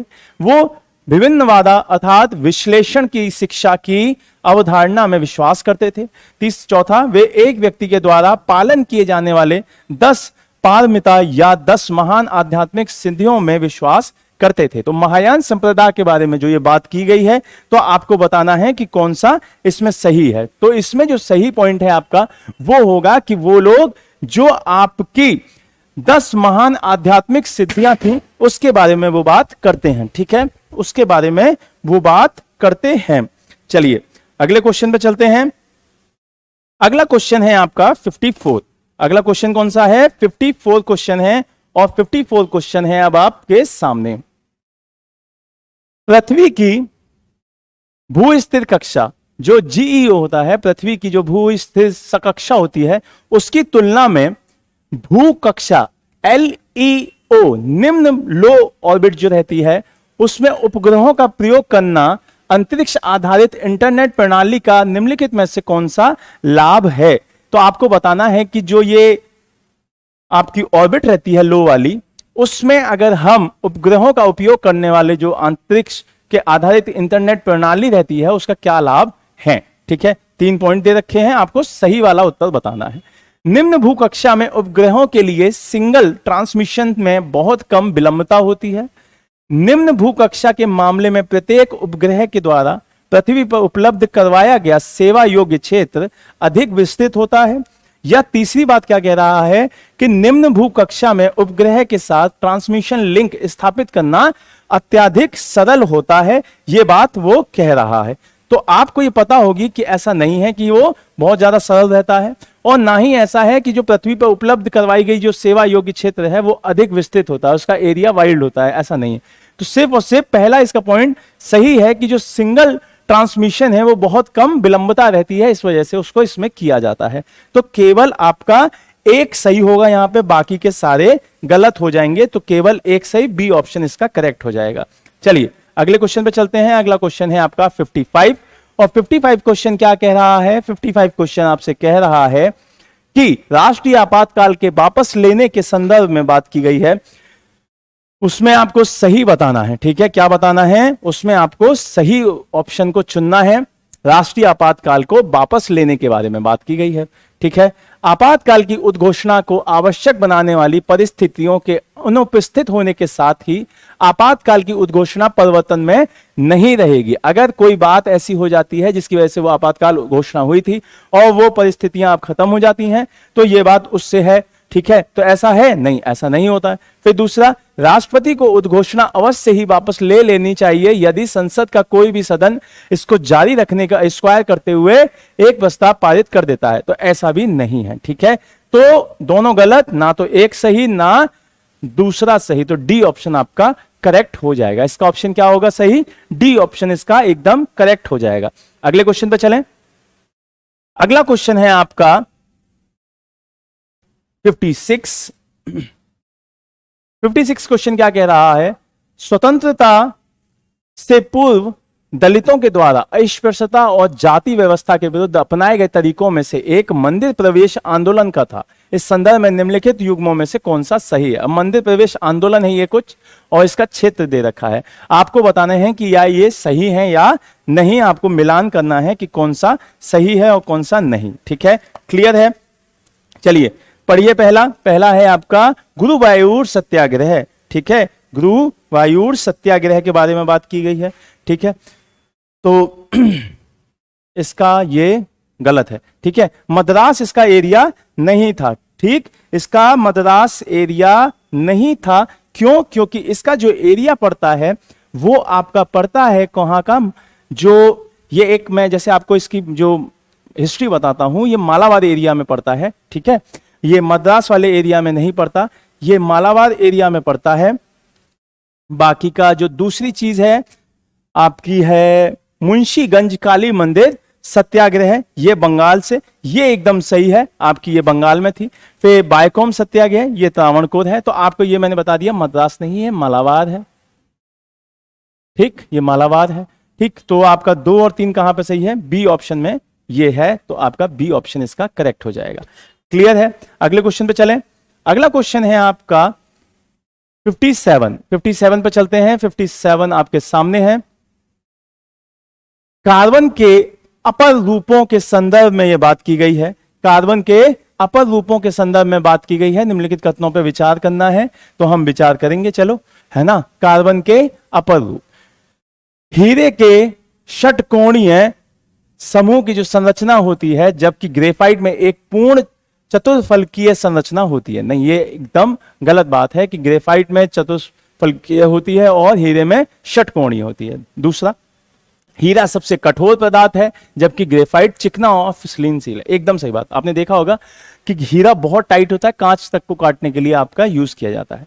तीसरी बात, कार्बन के दोनों अपर रूपों में रासायनिक गुण समान होते हैं, तो यह भी बात आपका एकदम सही बात है कि दोनों के जो रासायनिक गुण हैं वो दोनों समान होते हैं। तो दूसरा और तीसरा आपका एकदम सही हो जाएगा, तो बी ऑप्शन आपका करेक्ट है, क्योंकि पहला आपका गलत है। चलिए अगले क्वेश्चन पे चलते हैं। अगला क्वेश्चन है आपका 58 क्या कह रहा है? पंजाब की ब्यास नदी में आपको निम्नलिखित में से कौन सी जलीय प्रजाति मिलने की संभावना है? कहां पे? ब्यास नदी में पूछ रहा है, और ब्यास नदी कहां? पंजाब में। कौन सी जलीय प्रजाति मिलने की संभावना है? तो सिंधु नदी डॉल्फिन, यस मिल सकती है। कॉमन कॉप मिल सकता है। कुबर वाली महर्षि, नहीं ये नहीं मिल सकती। तो आपका ये 1 और 2 सही हो जाएंगे, तो आपका ए ऑप्शन इसका करेक्ट हो जाएगा। ठीक है, कौन सा ऑप्शन करेक्ट हो जाएगा? आपका ए ऑप्शन इसमें करेक्ट हो जाएगा। अगले क्वेश्चन पे चलते हैं। अगला क्वेश्चन है आपका 59। आरबीआई के द्वारा खुला बाजार परिचालन के तहत, ठीक है, एक ऑपरेशन स्टार्ट किया गया जिसको क्या कहा गया? Operation twist. बहुत इंपॉर्टेंट क्वेश्चन है कि ऑपरेशन ट्विस्ट किसके द्वारा स्टार्ट किया गया? तो आरबीआई के द्वारा। तो इसका क्या असर होगा, इसका क्या मीनिंग रहेगा कि खुला बाजार परिचालन के लिए स्टार्ट किया गया है, तो इसका क्या असर होगा, यह बात पूछी गई है। ठीक है, तो ऑप्शन देखिए, ऑप्शन देख के फिर चीजों के आंसर दीजिए। देखिए, अल्पकालिक निवेश दरों को कम करेगा, नहीं, और दीर्घकालिक दरों की वृद्धि करेगा, नहीं, ये नहीं होता। फिर दूसरा, यह दीर्घकालिक निवेश की दरों को कम करेगा, यस, और यह अल्पकालिक दरों की वृद्धि करेगा, यस, यही होगा। बी ऑप्शन आपका एकदम सही बात हो जाएगा कि ऑपरेशन जो ट्विस्ट है वो आपका जो दीर्घकाल के निवेश दर को कम कर देगा और आपकी जो अल्पकालिक जो आपकी दर है उनमें वृद्धि करेगा। क्लियर है? बी ऑप्शन इसका करेक्ट हो जाएगा। अगले क्वेश्चन पे चलते हैं। अगला क्वेश्चन है आपका 60वां क्वेश्चन। ठीक है, 60 क्वेश्चन क्या कह रहा है? स्वतंत्रता संग्राम में पूंजीपति वर्ग की भूमिका के संदर्भ में, कहा स्वतंत्रता संग्राम में कौन लोग पूंजीपति की भूमिका के संदर्भ में 1944-45 में बॉम्बे प्लान के विषय में, किसके? बॉम्बे प्लान के विषय में निम्नलिखित कथनों पर विचार करने हैं कि कौन सा सही है। बॉम्बे प्लान से यह बात की गई है और आपको उसके आंसर को बताना है कि कौन सी बात सही है और कौन सी बात आपकी गलत है। सतेंद्र, हाय सतेंद्र, कैसे हैं आप? ठीक है, चलिए आपको बताना है कि कौन सी बात इसमें सही है। क्लास को लाइक करते रहिए और शेयर करते रहिए, तभी हम लोगों को भी मजा आएगा और आप लोगों को भी उसमें मजा आएगा पढ़ने में। ठीक है, 60 क्वेश्चन आपने पढ़ लिया, अब उसके ऑप्शन पढ़ते हैं। इसने मिश्रित आर्थिक मॉडल की वकालत की, एकदम सही बात है। दूसरा, इसका लक्ष्य 15 वर्षों की अवधि के भीतर प्रति व्यक्ति आय को दुगना करना था, यह भी बात सही है। इसने लोगों के लिए यथोचित जीवन स्तर और आवास, वस्त्र, भोजन की लागत आदि को परिभाषित किया, यह भी बात आपकी एकदम करेक्ट है कि बॉम्बे प्लान में ये तीनों की तीनों चीजें दी गई थी। तो तीनों कहां पे सही हैं? आपके डी ऑप्शन में आपकी तीनों सही हैं, तो डी ऑप्शन इसका करेक्ट आंसर हो जाएगा। क्लियर है? डी ऑप्शन आपका करेक्ट आंसर हो जाएगा। अगले क्वेश्चन पे चलें। अगला क्वेश्चन है आपका 61 क्वेश्चन क्या कह रहा है? देखिए, 61 क्वेश्चन कह रहा है आपसे कि निम्नलिखित में से कौन सी संस्थाएं या संस्थानों का उल्लेख संविधान की राष्ट्रीय महत्व की संस्थान के रूप में किया गया है। ठीक है, राष्ट्र महत्व की संस्थान बताई गई है कि कौन सा, आपको बताना है कि कौन सी सही है। चलिए देखते हैं फिर कौन सी सही है। बनारस हिंदू विश्वविद्यालय है, भारतीय विज्ञान संस्थान बेंगलुरु, नहीं, इसको रोक लेते हैं। अलीगढ़ मुस्लिम विश्वविद्यालय है, दिल्ली विश्वविद्यालय है। तो आपकी 1, 3, 4 ये आपकी रखी गई हैं राष्ट्रीय महत्व में। बाकी का आपका जो दूसरे नंबर का है राष्ट्रीय विज्ञान संस्थान बेंगलुरु, उसको नहीं रखा गया है, तो ए ऑप्शन आपका करेक्ट हो जाएगा। ठीक है, अगले क्वेश्चन पे चलते हैं। अगला क्वेश्चन है आपका, निम्नलिखित में से कौन सविनय अवज्ञा आंदोलन, सविनय अवज्ञा आंदोलन से क्वेश्चन है और आपको बताना है कि सविनय अवज्ञा आंदोलन से सरकार में की गई मांगें दर्शाती हैं और सही उत्तर आपको चुनना है। ठीक है, सही उत्तर आपको चुन के बताना है कि कौन सा आपका सही उत्तर है। तो ऑप्शन पढ़िए, फिर उस चीजों को क्लियर करते हैं। पहला ऑप्शन है आपका कि भू राजस्व में 50% की कमी करना। दूसरा, बंदूकों के लाइसेंस की स्वीकृति को जन नियंत्रण के अंतर्गत लाना। तीसरा, उदयमान इस्पात उद्योग को संरक्षण प्रदान करना। ये 3 पॉइंट आपके दिए गए हैं। ठीक, तो आपको पता है कि जो सविनय अवज्ञा आंदोलन है वो आपका 1930, ठीक है, ये डेट है, इसमें स्टार्ट किया गया। ठीक, तो ये कौन कौन सी बातें इसमें सही रहेंगी वो आपको देखना है। तो इसमें आपका इस्पात उद्योग वाला जो पॉइंट है उसको हटा दीजिए आप। क्यों? क्योंकि गांधी जी इस बारे में कुछ बात नहीं कर रहे थे उस वक्त। ठीक है, तो भू राजस्व में 50% कमी, यस ये था। बंदूकों के लाइसेंस की स्वीकृति को जन नियंत्रण के अंतर्गत लाना, ये भी था। ठीक है, तो आपके 1 और 2 कहां दिखाई दे रहे हैं? ऑप्शन ए में दिखाई दे रहा है, तो ऑप्शन ए आपका करेक्ट आंसर हो जाएगा। चलिए अगले क्वेश्चन पे चलते हैं। 63 क्वेश्चन। 63 क्वेश्चन क्या कह रहा है आपका कि 12वीं सदी ईस्वी में भास्कराचार्य की जो कृतियां हैं उनके संदर्भ में निम्नलिखित कथनों पर विचार करना है और सही उत्तर को बताना है। तो भास्कराचार्य जो हैं उनकी कृतियों के बारे में बात करनी है। आपको सभी को पता है भास्कराचार्य को ही भास्कर बोलते हैं। उन्होंने एक पुस्तक की रचना की जिसका नाम है सिद्धांत शिरोमणि। क्या नाम है इनका? सिद्धांत शिरोमणि। ठीक है, ये किसकी बुक है? ये मैथ की बुक है और ये भास्कर के द्वारा लिखी गई। अब बात क्या करनी है कि वह लीलावती की कृति के लिए प्रसिद्ध है, जो कि एक गणित के अंक गणितीय जो ज्ञान है उससे संबंधित है। दूसरा पॉइंट क्या कह रहा है? दूसरा पॉइंट कह रहा है कि एक बुक है बीजगणितीय समीकरणों को हल करने के लिए चक्रवात विधि की शुरुआत भास्कराचार्य के द्वारा की गई। ठीक है, भास्कराचार्य के द्वारा की गई। तो ये भी बात क्या है? एकदम सही है। ठीक, एकदम सही है कि अंकगणित के लिए लीलावती है। किसके लिए? अंकगणित के लिए लीलावती है। और चक्रवात विधि है वो बीजगणित के लिए है। तो ये दोनों बात तो सही है। मैंने एक बुक और बताई आपको जो कि क्या है? सिद्धांत शिरोमणि, वो भी बुक है आपकी। ठीक है, और ग्रहों की जो गणना करने के लिए ग्रह गणित है और एक जो गोल आकार होता है उसके लिए गोल ध्यान है। ठीक है, ये 4 बुक है मेन है उनकी। चलिए नेक्स्ट क्वेश्चन पे चलते हैं। नेक्स्ट क्वेश्चन है आपका 64। निम्नलिखित परिच्छेद पर विचार करना है और नीचे जो वर्णन है वो किस चीज के बारे में है, किस व्यक्ति के बारे में है, वो आपको बताना है। यह मांडंगपट्टू आदि जैसे स्थलों पर गुहा मंदिर, कहां पे? मांडनपट्टू। ठीक है, वहां पे क्या? गुहा मंदिर के एक महान निर्माता थे। उन्होंने संस्कृत कृति का मत्त विलास प्रहसन की रचना की। कौन सी बुक? मत्त विलास प्रहसन, जो कि किसमें है? संस्कृत में है। चित्रकारी में उनकी प्रतिभा के लिए अनेक चित्रकार पुलियों की उपाधि प्रदान की गई है। वह संगीत में भी विशेषज्ञ। तो आपको बताना है कि इन चारों में से किस राजा के बारे में वो बात की गई है। तो आप बताइए कि ये बात आपने सुना होगा कि महेंद्र वर्मन जो चित्रकला शैली है उसके बारे में आपने बहुत सुना होगा कि वो संगीत के भी वो थे और मत्त विलास प्रहसन उन्हीं की किताब है। तो इसका आंसर हो जाएगा ए, महेंद्र वर्मन। क्लियर है? महेंद्र वर्मन इसका सही आंसर हो जाएगा। चलिए अगले क्वेश्चन पे चलें। अगला क्वेश्चन है आपके सामने, उससे पहले 1 सेकंड रखिएगा।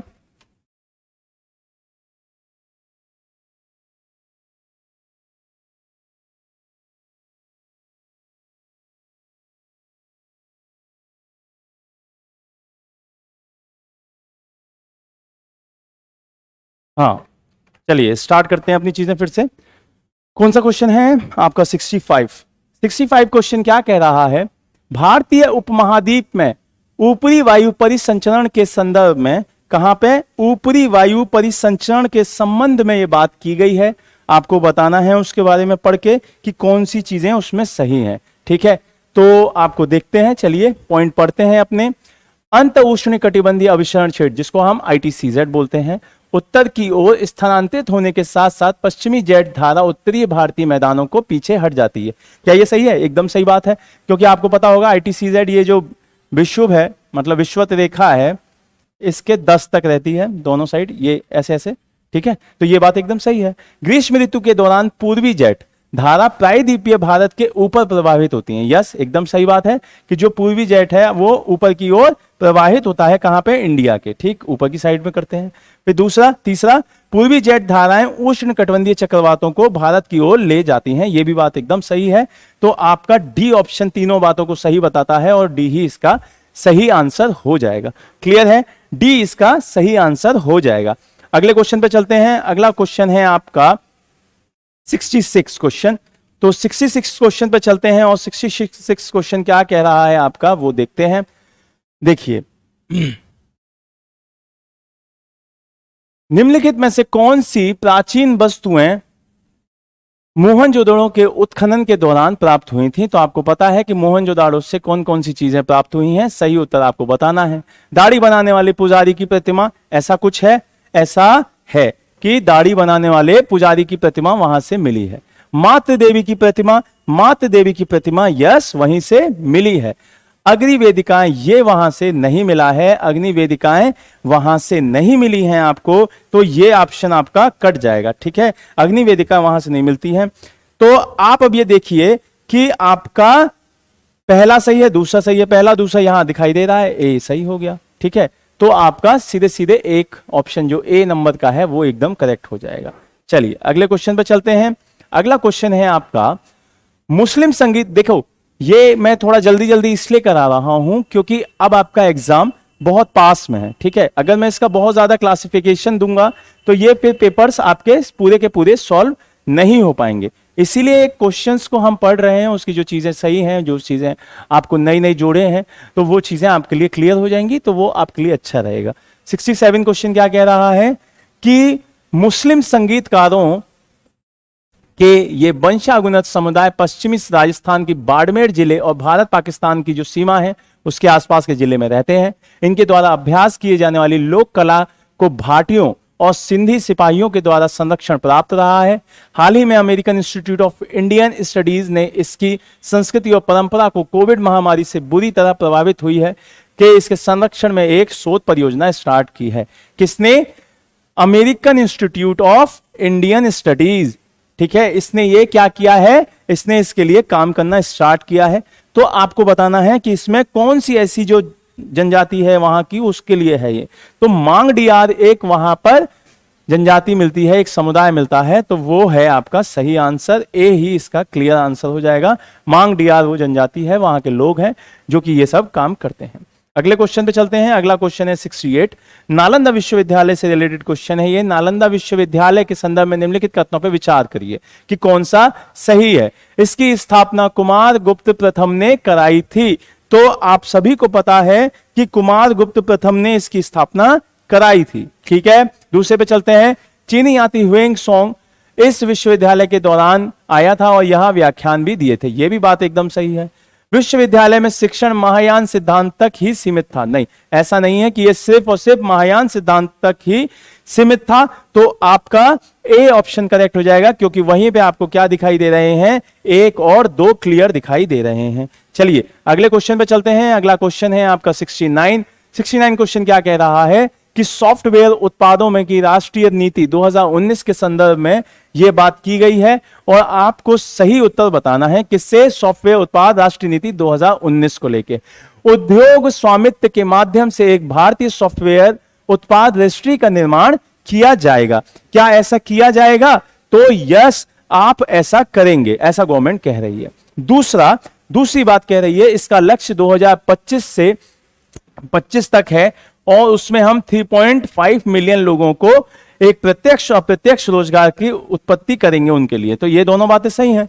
तीसरा, अनुसंधान और नवाचार के लिए पूंजी उपलब्ध कराने हेतु 500 करोड़ की राशि के साथ एक सॉफ्टवेयर उत्पादन विकास कोष बनाया जाएगा। नहीं, ऐसा नहीं है कि वो एक 500 करोड़ राशि का एक सॉफ्टवेयर उत्पादन विकास कोष बनाया जाएगा। इस बात पर यह आपकी गलत हो जाती है। ठीक है, तो तीसरा ऑप्शन कहां गलत है? तीसरा ये गलत है, ये गलत, ये गलत। तो आपका ये दोनों सही हो जाएंगे, तो ए ऑप्शन यहां करेक्ट हो जाएगा आपका। क्लियर है? अगले क्वेश्चन पे चलते हैं। अगला क्वेश्चन है आपका 17वां। निम्नलिखित युग्मों पे विचार कीजिए। अभ्यास दे रखे हैं और आपको देश का दे रखे हैं कि एक्सरसाइज कौन सी किस किस देश के साथ करते हैं। ठीक, पहला एक्वेरिन, दूसरा जैपॉड और सूर्य किरण। 3 अभ्यास दे रखे हैं आपको कि कौन सा किसके साथ सही है। तो आपको पता है कि एक्वेरिन जो है वो किसके साथ होता है, वो होता है आपके मालदीव्स के साथ। ठीक है, वो एकदम सही बात है कि मालदीव्स के साथ होता है।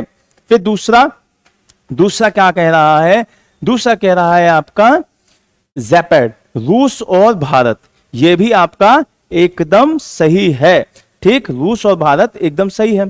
फिर तीसरा क्या कह रहा है, सूर्य किरण। तो सूर्य किरण जो है वो आपका दे रखा है श्रीलंका और भारत का। ठीक है, क्या दे रखा है, श्रीलंका और भारत। तो इसमें भारत तो होता है लेकिन श्रीलंका नहीं होता है, यहां पर होता है आपका नेपाल। ठीक है, नेपाल के साथ ये एक्सरसाइज की जाती है सूर्य किरण। बाकी के ये दोनों सही हैं, ये आपका गलत है। तो यहां पे आपका तीसरा गलत, यहां तीसरा गलत, यहां ये तो केवल 2 है, तो ये हो जाएगा आपका डी ऑप्शन करेक्ट।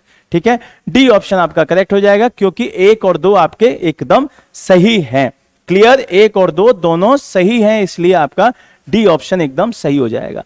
चलिए अगले क्वेश्चन पे चलते हैं। अगला क्वेश्चन क्या कह रहा है, 71 कह रहा है आपका ज्वालामुख को विश्व में सर्वाधिक उत्पादक जल निकायों में से एक माना जाता है। निम्नलिखित में से ज्वालामुख मतलब एस्चुरीज। ठीक है, कौन सा कारण इसके लिए उत्तरदायी हो सकता है। ठीक है, आपको सही उत्तर बताना है। ऑप्शन पढ़ते हैं, मीठे जल और खारे जल के क्षेत्र का मिश्रण, तरंग क्रियाओं से ज्यादा संपर्क, या तीसरा ज्वारीय बोध की उपस्थिति। ठीक है, तो आपको बताना है कि कौन कौन सा इसमें होता है। तो आपको पता होगा कि मीठे जल और खारे जल के क्षेत्र का मिश्रण होता है, यस। फिर दूसरा पॉइंट, तरंग क्रियाओं से ज्यादा संपर्क, नहीं, ऐसा नहीं होता कि तरंग क्रियाओं का इसका ज्यादा संबंध होता है, नहीं, वो नहीं होता है, दूसरा गलत है। ज्वारीय बोध की उपस्थिति, यस, ये होता है। तो 1 और 3 कहां दिखाई दे रहा है, 2 यहां से हटा, 2 यहां से हटा, ये हट गया, ये हट गया, 1 और 3 सही है, तो बी ऑप्शन आपका क्लियर हो गया। बी ऑप्शन आपका एकदम क्लियर हो गया। चलिए अगले क्वेश्चन पे चलते हैं। अगला क्वेश्चन है आपका 72 और 72 क्वेश्चन क्या कह रहा है आपसे, 72 क्वेश्चन कह रहा है भारत में कृषि जनगणना 2015-16 के संदर्भ में निम्नलिखित में से किस राज्य में भारत का सर्वाधिक कृषि संचालित क्षेत्र पाया गया। सीधे सीधे क्वेश्चन है कि सबसे ज्यादा कृषि संचालित क्षेत्र कहां पाया गया है 2015-16 की कृषि जनगणना के बिहाफ पर। क्लियर, सीधे आपको जिसको आंसर पता होगा वो आपका आंसर बता देगा। तो आपका राजस्थान इसका सीधा सीधा आंसर हो जाएगा, ए। ठीक है, राजस्थान इसका सीधा आंसर हो जाएगा। अगले क्वेश्चन पे चलते हैं। अगला क्वेश्चन है आपका 73 और 73 क्वेश्चन क्या कह रहा है, 73 कह रहा है वैश्विक मीथेन आकलन जो आया है उसके बारे में बात की गई है कि मीथेन उत्सर्जन को कम करने के लाभ और लागत रिपोर्ट हाल ही में जारी की गई थी। ठीक, तो अब ये किसके द्वारा की गई है तो वो आपको बताना है। तो ये सीधे सीधे हो जाएगा आंसर, जिसको याद होगा संयुक्त राष्ट्र पर्यावरण कार्यक्रम के दौरान। ठीक है, उसके द्वारा ये की जाती है। तो सी ऑप्शन इसका भी क्लियर आंसर हो जाएगा। ठीक है, अगले क्वेश्चन पे चलते हैं। अगला क्वेश्चन है 74 क्वेश्चन क्या कह रहा है, निम्नलिखित में से कौन से भारत सरकार की पूंजीगत जो प्राप्तियां हैं उसके भाग होते हैं। किसका, जो भारत सरकार की क्या होती है, पूंजीगत प्राप्तियां होती हैं उसके भाग होते हैं, वो बात पूछ रहा है। ठीक है, तो इसमें आपको सही उत्तर बताना है। डाकघर बचत खाते, दूसरा सरकार के द्वारा भारतीय रिजर्व बैंक से ऋण लेना, सरकार के निवेश से प्राप्त लाभांश और उसका लाभ, ये चीजें पूछ रहा है। तो केवल आपका एक चीज देखिए कि जो निवेश से प्राप्त लाभांश और लाभ इसमें नहीं आते हैं, आपके डाकघर बचत खाते इसमें आते हैं, और दूसरा ऑप्शन जो कि भारतीय रिजर्व बैंक आरबीआई के द्वारा ऋण लेना भारत सरकार का, वो भी इसमें आता है। तो केवल 1 और 2 ऑप्शन ए इसका सही हो जाएगा। क्लियर है, अगले क्वेश्चन पे चलते हैं। अगला क्वेश्चन है आपका 75 और 75 क्वेश्चन क्या कह रहा है, देखिए महासागरीय धाराओं के संदर्भ में, किसके, महासागरीय धाराओं के संदर्भ में निम्नलिखित में से कौन सा कथन सही है, और सही उत्तर चुन के बताना है। ठीक है, मध्य एवं उच्च अक्षांशों में महाद्वीपीय पश्चिमी तटों पर गर्म जलधाराएं बहती हैं। एकदम सही बात है कि जो पश्चिमी तट होते हैं वहां पे गर्म जलधारा बहती हैं, एकदम सही बात है। हिंद महासागर के ध्रुवुद के कारण ग्रीष्म एवं शीत ऋतु के मध्य उत्तरी हिंद महासागर की जलधाराओं का पूर्ण रूप से व्युत्क्रमण होता है। नहीं, ऐसा नहीं है कि पूर्ण रूप से व्युत्क्रमण उसका हो जाता है, तो दूसरा गलत है। तो दूसरा यहां गलत, दूसरा यहां गलत, ये कट गए। फिर ठंडे और गर्म महासागरीय धाराओं के मिलने वाले क्षेत्र पृथ्वी पर सर्वाधिक मत्स्य उत्पादन के क्षेत्र होते हैं। तो यस, ये एकदम सही है। इसीलिए आप देखेंगे न्यू फाउंडलैंड वगैरह जो है वहां पर सबसे ज्यादा मछली उत्पादन होता है। तो आपका ए ऑप्शन सही हो जाएगा। ठीक है, ए ऑप्शन आपका एकदम सही हो जाएगा। अगले क्वेश्चन पे चलते हैं। अगला क्वेश्चन है 76 क्वेश्चन क्या कह रहा है? समुद्री घासों खरपतवारों के बीच में अंतर के संदर्भ में बात करनी है और सही उत्तर बताना है। ठीक है, जो समुद्री घास होती हैं तो उसका सही उत्तर बताना है खरपतवारों और उसके बारे में। पढ़िए, ऑप्शन क्या कह रहा है? ऑप्शन कह रहा है आपका, जहां समुद्री घास को संवहनीय पादप माना जाता है वहां पर आपके जो जड़ें, तने, पत्तियां होती हैं वहीं समुद्री खरपतवारों में बहुत कम या संवहनीय उत्तक नहीं होते हैं। तो ये बात एकदम सही है। ठीक है, ये बात एकदम सही है कि वहां पे बहुत कम या संवहनीय उत्तक नहीं होते। ठीक, दूसरी बात, प्रकृति में समुद्री खरपतवार की प्रजातियों की तुलना में समुद्री बांस, इसको क्लियर कर देता हूं थोड़ा, समुद्री घास की प्रजातियों की संख्या अधिक होती है। नहीं, ऐसा नहीं है। फिर जहां समुद्री घास बीजाणुओं के उत्पादन के माध्यम से जनन करते हैं वहीं कहा किसके माध्यम से? बीजाणुओं के। खरपतवार केवल पुष्पों के माध्यम से लैंगिक जनन करती हैं। तो यह भी बात एकदम गलत हो जाएगी। तो केवल एक सही कहां दिखाई दे रहा है? सी ऑप्शन में देखो दिखाई दे रहा है। तो केवल एक सही, सी ऑप्शन आपका करेक्ट हो जाएगा। क्लियर है? सी ऑप्शन आपका एकदम करेक्ट हो जाएगा। अगले क्वेश्चन पे चलते हैं। अगला क्वेश्चन क्या कह रहा है आपसे? अगला क्वेश्चन कह रहा है 77, ईंधन सेल प्रौद्योगिकी के संदर्भ में निम्नलिखित में से कथनों पर विचार करना है कि कौन सा सही है, आपको बताना है। देखिए कौन सा सही है आपको देखना है। ईंधन सेल प्रौद्योगिकी के संदर्भ में यह ईंधन के रूप में हाइड्रोजन, किसको? हाइड्रोजन के स्रोत का उपयोग करते हैं। दूसरा, ईंधन सेल के उप उत्पादों में कार्बन डाइऑक्साइड और जल शामिल होता है। तो दूसरी बात तो एकदम गलत हो गई कि कार्बन डाइऑक्साइड और जल शामिल होता है। पहली लाइन आपकी सही है कि जो हाइड्रोजन का स्रोत का उपयोग करते हैं हम इस ईंधन में, तो एक आपका सही है, केवल एक सही। तो ए ऑप्शन इसका करेक्ट हो जाएगा। अगले क्वेश्चन पे चलते हैं। अगला क्वेश्चन है 78, अंडमान और निकोबार द्वीप समूह के संदर्भ में निम्नलिखित तथ्यों पर विचार कीजिए, कौन सा सही है आपको बताना है। ठीक है, देखिए यह द्वीप समूह समुद्र जल मार्ग जो पर्वत होते हैं उससे रिलेटेड है, उसका हिस्सा है। यस, एकदम सही बात। अंडमान और निकोबार द्वीप समूह का संवहनीय वर्षा होती है। यस, ये तो सही है। इसकी जलवायु भूमध्य प्रकार की होती है, ये भी सही है। 10 डिग्री चैनल अंडमान द्वीप समूह और निकोबार द्वीप समूह का एक दूसरे से पृथक करता है। पृथक मतलब अलग करता है, ये भी बात सही है। तो तीनों सही है, आपका डी ऑप्शन आपका करेक्ट हो जाएगा। ठीक है, डी ऑप्शन आपका एकदम सही हो जाएगा। अगले क्वेश्चन पर चलते हैं। अगला क्वेश्चन है आपका 79, और 79 क्या कह रहा है? केंद्रीय बैंक की आकस्मिकता निधि के, जो उसकी आकस्मिकता निधि होती है उसके बारे में विचार करना है। किसका? केंद्रीय बैंक का। ठीक, आपको सही उत्तर बताना है कि इसका उपयोग मौद्रिक और विनिमय दर नीति परिचालनों के उत्पन्न होने वाली आकस्मिक व्ययों की पूर्ति करने हेतु किया जाता है। ये एकदम सही बात है, इसका यूज इसी में काम में होता है। यद्यपि यह निधि भारतीय रिजर्व बैंक के द्वारा अनुरक्षित होती है, किंतु निधि को केंद्र सरकार के द्वारा प्रतिधारित किया जाता है। नहीं, ऐसा नहीं है कि केंद्र सरकार के द्वारा इसको प्रतिधारित किया जाता है। तो दूसरा तो गलत है। तो केवल एक सही, A option is the correct answer. अगले क्वेश्चन पर चलते हैं। 80 क्वेश्चन क्या कह रहा है?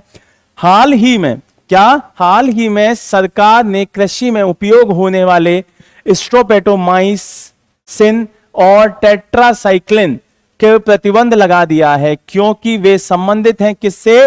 रोगाणुरोधी प्रतिरोध तपोदिक से। एकदम सही बात, यही आपका आंसर हो जाएगा कि रोगाणुरोधी जो प्रतिरोधक तपोदिक है उससे ये रिलेटेड है। क्या?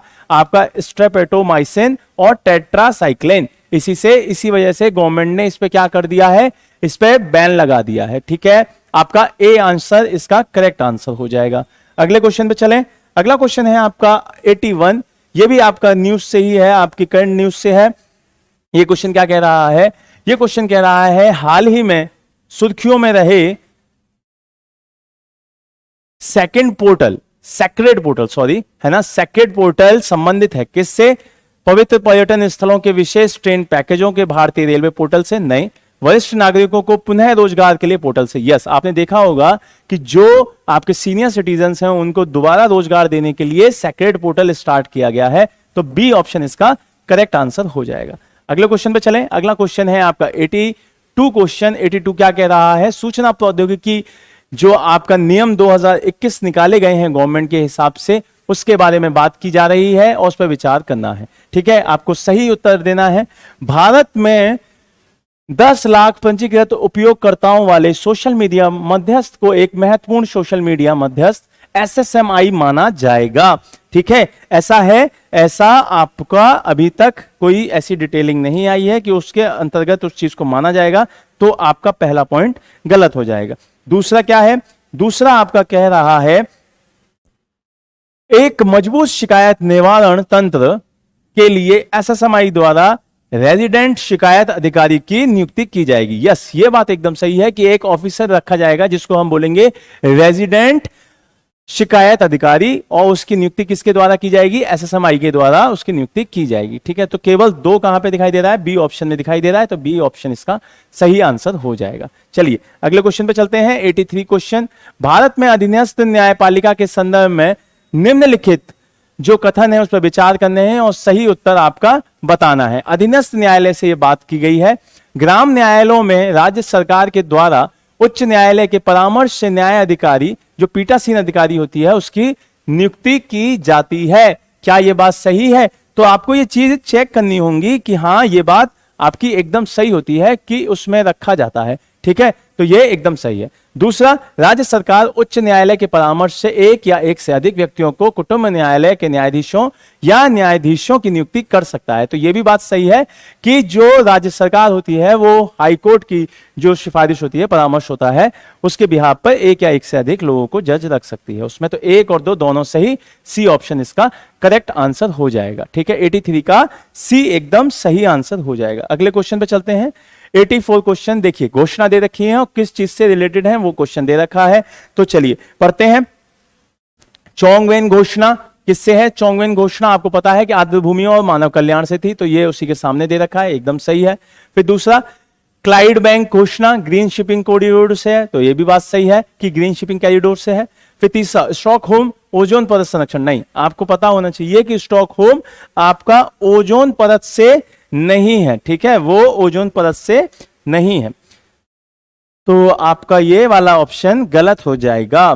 ठीक है, तो हम यहां से इस को लगाते हैं। 1 और 2 सही कहां पे है? ये देखो, ये दे रखा है बी। बी ऑप्शन आपका एकदम सही हो जाएगा। क्लियर है? बी ऑप्शन आपका क्लियर हो जाना चाहिए यहां से। अगले क्वेश्चन पे चलें। अगला क्वेश्चन है आपका 85। 85 क्या कह रहा है? दिल्ली सल्तनत से क्वेश्चन है आपका। दिल्ली सल्तनत के संदर्भ में मजलिस ए खलबत शब्दावली का प्रयोग क्यों किया गया है? क्या है शब्द? मजलिस ए खलबत। तो मजलिस से जो खलबत होता था वो किस चीज के लिए यूज होता था? मैं आपको डायरेक्ट बताता हूं कि जो सुल्तान होता था उसकी सहायता करने के लिए मंत्रिपरिषद, जैसे आज की डेट में कैबिनेट होती है उसकी तरह, तो ये ऑप्शन आपको देखिए चौथे में दिखाई देगा कि सुल्तान की सहायता करने के लिए मंत्रिपरिषद। ठीक है, तो क्या शब्द है? मंजलिस ए खलबत। ठीक है, चलिए अगले क्वेश्चन पे चलते हैं। अगला क्वेश्चन है आपका भुगतान बैंकों से, बहुत इंपॉर्टेंट टॉपिक है इस बात का, भुगतान बैंक। ठीक है, भुगतान बैंक के बारे में बात करनी है और उस पर विचार करके सही उत्तर को देना है। तो भुगतान बैंक के बारे में कुछ स्टेटमेंट्स दे रखे हैं, आपको देखना है कि वो कौन कौन से इसमें सही हैं। इन्हें सर्वप्रथम नचिकेत मोड़ समिति के द्वारा प्रस्तावित किया गया था। यस, जो भुगतान बैंक है उसको नचिकेत मोड़ समिति के द्वारा ही लाया गया। फिर दूसरा, भुगतान बैंक भारतीय रिजर्व बैंक आरबीआई के आरक्षित आवश्यकताओं को संबंधित नियमों के बाध्य नहीं होती हैं, तो ये गलत है कि वो उसके लिए बाध्य नहीं होती हैं, ये पॉइंट गलत हो जाएगा। फिर भुगतान बैंकों को सीमा पार प्रेषण संबंधी लेन देनों को प्रतिबंधित करने की अनुमति नहीं है, तो यह भी आपका गलत हो जाएगा कि उसको जो प्रेषण संबंधी लेन देन है उसको प्रतिबंधित करने की अनुमति नहीं है। तो 2 और 3 गलत, तो आपका 2 और 3 गलत, 3 3 2, तो केवल 1 सही। आपका ए ऑप्शन इसका करेक्ट आंसर हो जाएगा। 86 का ए आपको करेक्ट आंसर मिल गया। अगले क्वेश्चन पे चलते हैं। अगला क्वेश्चन है 87। 87 क्या कह रहा है? निम्नलिखित में से कौन सा एक पारिस्थितिकीय तंत्रों में फाउंडेशन स्पीसीज, क्या शब्द बोल रहा है, फाउंडेशन स्पेसीज का सर्वश्रेष्ठ वर्णन करता है। तो आपको पता होगा कि फाउंडेशन स्पेसीज क्या हो सकता है, फाउंडेशन मींस होता है प्रारंभिक, स्टार्टिंग में, ठीक है। तो देखो सीधे सीधे डी ऑप्शन में दिखाई दे रहा है कि यह पारिस्थितिकी तंत्र में से एक प्रमुख प्राथमिक, मैंने बोला अभी कि फाउंडेशन मींस स्टार्टिंग होती है, ठीक है, फाउंडेशन बैच स्टार्टिंग में, तो ये डी ऑप्शन आपका करेक्ट हो जाएगा, डी ऑप्शन। चलो अगले क्वेश्चन पे चलते हैं टाइम वेस्ट बिना किए। अगला क्वेश्चन है आपका, कौन सा है भाई, हाँ ये है 88 क्वेश्चन क्या कह रहा है, 88 क्वेश्चन कह रहा है आपसे,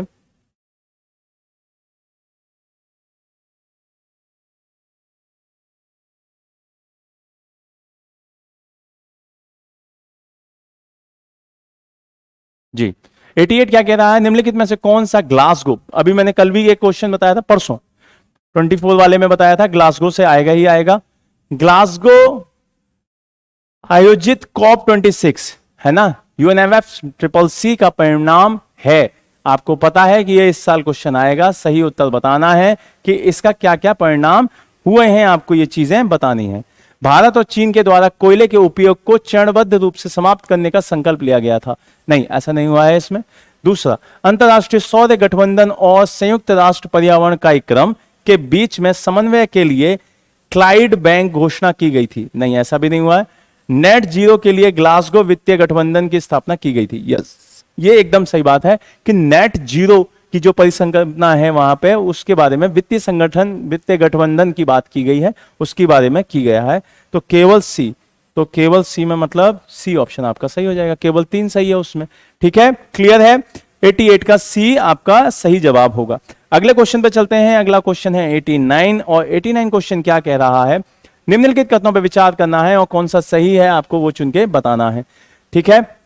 देखिए कथन क्या दे रखे हैं, न्यूरोस्ट्रॉन ऐसे जीव होते हैं जो जड़ वाले पौधे के तनों और पत्तियों से जुड़े रहते हैं, ठीक है, क्या ये बात सही है, तो ये बात आपकी सही नहीं है, ठीक है। दूसरा, पवलक सूक्ष्म पादप है, कल बताया था पवलक से एक क्वेश्चन था, जैसे शैवाल और जलीय पारिस्थितिकीय तंत्र पाए जाने वाले जंतु, ये बात सही है।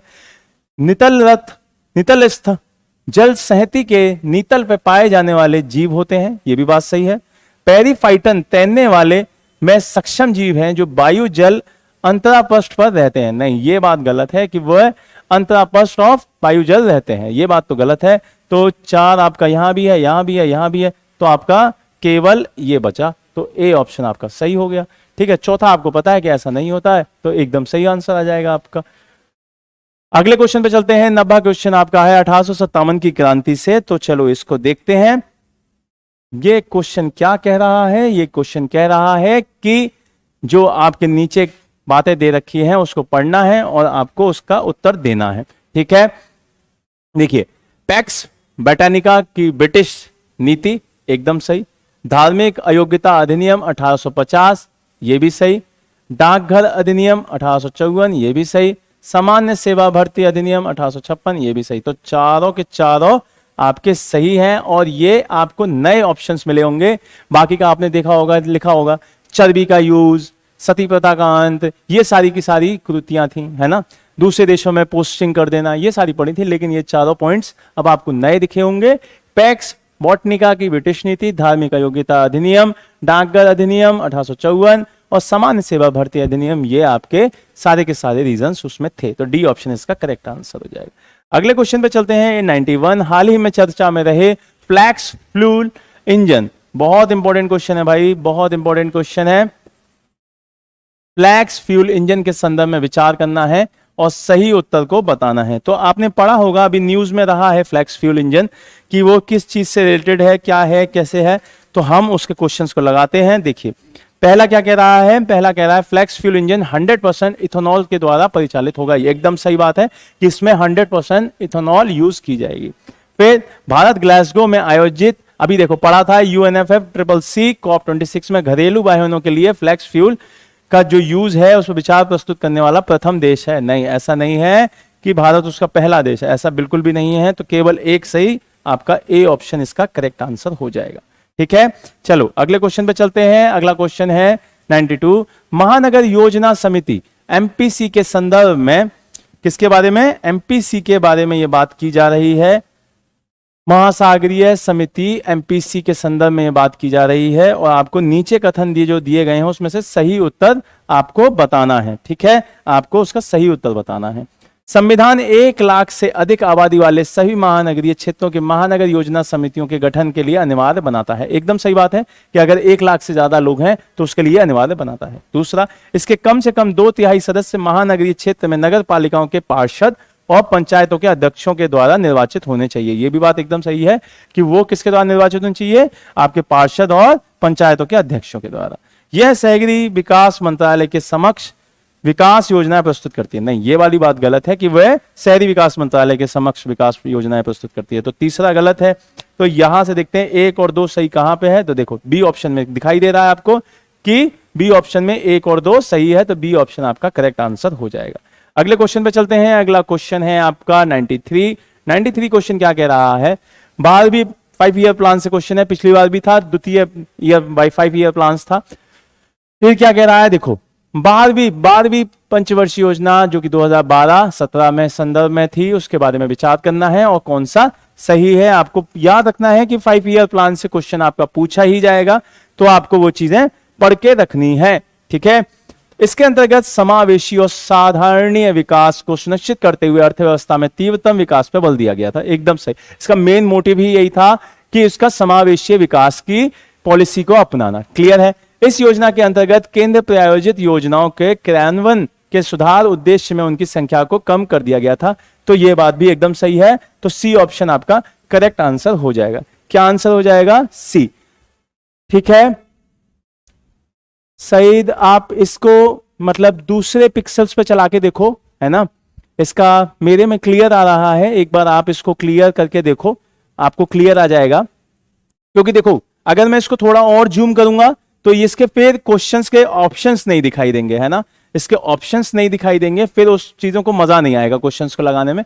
पिक्सल्स थोड़े आप बढ़ा लीजिए अपने फोन के, बाकी का दिखाई दे जाएगा। ठीक, चलिए क्वेश्चन क्या है आपका? 94 पे चलते हैं। 94 क्वेश्चन आपके सामने है। रॉबर्ट क्लाइव के द्वारा शुरू की गई द्वैध प्रशासन प्रणाली जो है, क्या है? द्वैध शासन प्रणाली बंगाल में स्टार्ट की गई थी सबसे ज्यादा पहले। ठीक, रॉबर्ट क्लाइव के द्वारा। मैंने हिस्ट्री की क्लास में बताया था आपको इसके बारे में, उसके संदर्भ में बात करनी है। क्या कह रहा है? कह रहा है आपका कि इसे अवध राज्य में राजनीतिक जटिलताओं के समाधान के रूप में प्रस्तुत किया गया था। नहीं, बताया था बंगाल। ठीक, पहला गलत हो गया। इसके अंतर्गत पहला हटा दो, पहला यहां हट गया, पहला यहां हट गया, ये हट गया, ये हट गया। अब देखो इसके अंतर्गत रियासत के शासन को दीवानी कार्य और कंपनी को निजामत कार्य प्रदान किया गया। नहीं, आपका दीवानी रखी ब्रिटिशर्स ने और फौजदारी दी जो वहां के वो थे, शासक थे। ठीक है, तो ये भी गलत हो जाएगा, तो दूसरा भी काट दो, तो दूसरा कट गया, केवल 3 सही हो गया, सी आंसर हो गया। तीसरा पढ़ लेते हैं। वारेन हेस्टिंग ने इस व्यवस्था को समाप्त कर दिया था, क्लाइव ने लागू किया था, हेस्टिंग से समाप्त किया था। मैंने हिस्ट्री की क्लास में पहले ही दिन बताया था। ठीक है, तो आप हिस्ट्री की क्लास प्लेलिस्ट में जाके देख सकते हैं। अगले क्वेश्चन पे चलते हैं। अगला क्वेश्चन है 95 क्वेश्चन क्या कह रहा है? निम्नलिखित में से किसे क्वांटम प्रौद्योगिकी का अनुप्रयोग है किसमें? ठीक है, क्वांटम प्रौद्योगिकी यूज की गई है किस चीज में, तो आपको यह बताना है। तो आप पढ़िए क्वेश्चंस और मुझे बताइए। ठीक है, चिरकालिक रोगों के लिए दवाओं की खोज में की जाती है, सूचनाओं को सुरक्षित प्रसंचरण में प्रसारण करना बताया इधर से उधर जल्दी से जल्दी, तो उसमें की जाती है। भूकंप के लिए पूर्व चेतावनी प्रणालियों में एकदम की जाती है। ठीक है, तो ये सारी की सारी बातें की जाती हैं और ये किसमें दिखाई दे रहा है? आपका सी ऑप्शन में ये बात दिखाई दे रही है। अगले क्वेश्चन पे चलते हैं। अगला क्वेश्चन है 96 क्वेश्चन है। परामर्श दिए जो समितियां होती हैं उससे रिलेटेड क्वेश्चन है, उसके संदर्भ में बात करनी है और देखना है कि कौन सा सही है। ठीक है, इनका गठन लोक सेवा अध्यक्ष के द्वारा किया जाता है, तो ये बात आपकी गलत है। ठीक है, इसका जो गठन है वो लोकसभा अध्यक्ष के द्वारा नहीं किया जाता। दूसरा, किसी मंत्री को इनके अध्यक्ष के रूप में नियुक्त किया जा सकता है। क्या ये बात सही है? ये बात एकदम सही है कि हाँ, जो मंत्री होते हैं उनको इसके अध्यक्ष के रूप में नियुक्त किया जा सकता है। इन समितियों का गठन सामान्यतः एक वर्ष के लिए किया जाता है। सामान्यतः बोल रहा है तो सही बात है कि इसका गठन, नहीं, ये भी बात सही नहीं है कि इसका गठन सामान्यतः 1 वर्ष के लिए किया जाता है। तो केवल 2 सही है, केवल 2 सही। यस, ये रहा आपका सी ऑप्शन आपका सही है। सी ऑप्शन आपका एकदम सही है। अभी थोड़ा कंफ्यूजन हो जाता तो ये भी आपका गलत हो जाता, क्योंकि आप तीसरा भी सही मार देते। ठीक है, तो इसमें केवल 2 सही है, सी ऑप्शन इसका सही हो जाएगा। अगले क्वेश्चन पे चलते हैं। 97 97 क्या कह रहा है? 97 कह रहा है दादा भाई नौरोजी के संदर्भ में बात कर रही है कि कौन सा कथन सही है उनका, ये बात करनी है। चलो पढ़ते हैं। उन्होंने ब्रिटिश जनता के समक्ष भारतीयों के दृष्टिकोण प्रस्तुत करने के लिए उद्देश्य से लंदन में ईस्ट इंडिया एसोसिएशन की स्थापना की। एकदम सही बात है। ईस्ट इंडिया एसोसिएशन की स्थापना किसके द्वारा? आपके दादा भाई नौरोजी के द्वारा। कहां पे? लंदन में की थी। और कब की थी ये बात? ये थी आपकी 1867 में। कब की गई है? 1867 में। ठीक है, फिर उन्होंने केवल एक बार भारतीय राष्ट्रीय कांग्रेस आईएनसी के अध्यक्ष चुना गया। फिर तीसरा, उन्होंने वॉइस ऑफ इंडिया नामक एक समाचार पत्र भी स्टार्ट किया था। तो आपको यह चीज पता होनी चाहिए कि ऐसा जो न्यूज़पेपर है वॉइस ऑफ इंडिया, ये उनके द्वारा संचालित है। लेकिन आपको ये पता है कि जो दादा भाई नौरोजी हैं उन्होंने सिर्फ एक बार नहीं की है, तो ये वाली बात आपकी गलत हो जाती है। 1 और 3 सही, तो सी ऑप्शन आपका करेक्ट हो जाएगा। क्लियर है? सी ऑप्शन आपका करेक्ट हो जाएगा। अगले क्वेश्चन पे चलते हैं। अगला क्वेश्चन है आपका 98। ठीक है, 98 पे चलते हैं। 98 क्वेश्चन है आपका। 98 क्या कह रहा है? 2015 से 2020 के दौरान भारत के व्यापार के संदर्भ में निम्नलिखित कथनों पे आपको विचार करने हैं कि कौन सा सही है। ठीक है, चलिए देखते हैं क्या क्या बोल रहा है कि इस अवधि के दौरान जो व्यापारिक निर्यात में गिरावट हुई जबकि आयात में लगातार वृद्धि हुई। ठीक, तो ऐसा नहीं है कि निर्यात में गिरावट हुई है और आयात में वृद्धि हुई है। 5 मिनट है ना, तो ये बात आपकी गलत हो जाएगी। फिर दूसरा पॉइंट क्या कह रहा है? संपूर्ण अवधि के दौरान सेवाओं में भारत का व्यापार संतुलन सकारात्मक रहा है। ये बात एकदम सही है।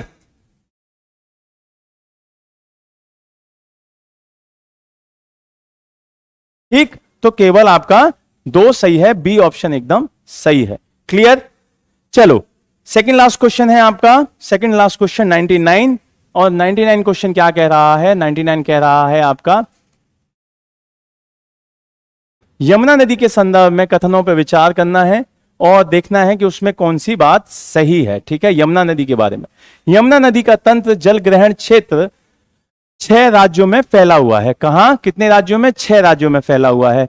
दूसरा क्या कह रहा है? चंबल, सिंध, बेतवा, केन इसके बाएं तट पर मिलने वाली सहायक नदियां हैं। तो मैंने आपको बताया था जब हम ज्योग्राफी की क्लास पढ़ रहे थे, मैंने बताया था कि किस नदी की कौन सी बाएं से मिलती है और कौन सी दाएं से, तो ये आपका ऑप्शन गलत हो जाएगा। फिर अगला, सोन नदी इसके दाएं पर मिलने वाली प्रमुख सहायक नदी है। पहली चीज तो सोन नदी आपकी गंगा की सहायक नदी है, ना कि आपकी यमुना की, तो आपकी ये भी ऑप्शन गलत हो जाएगा। तो केवल एक सही रहेगा। ठीक है, केवल एक सही, तो ए ऑप्शन इसका करेक्ट हो जाएगा। अब लास्ट क्वेश्चन देखते हैं आज का। लास्ट क्वेश्चन है आपका भारतीय सोने के सिक्के के संदर्भ में बात करनी है और उसकी शुद्धता वगैरह के बारे में बात करनी है। ठीक है, ये क्या हो गया?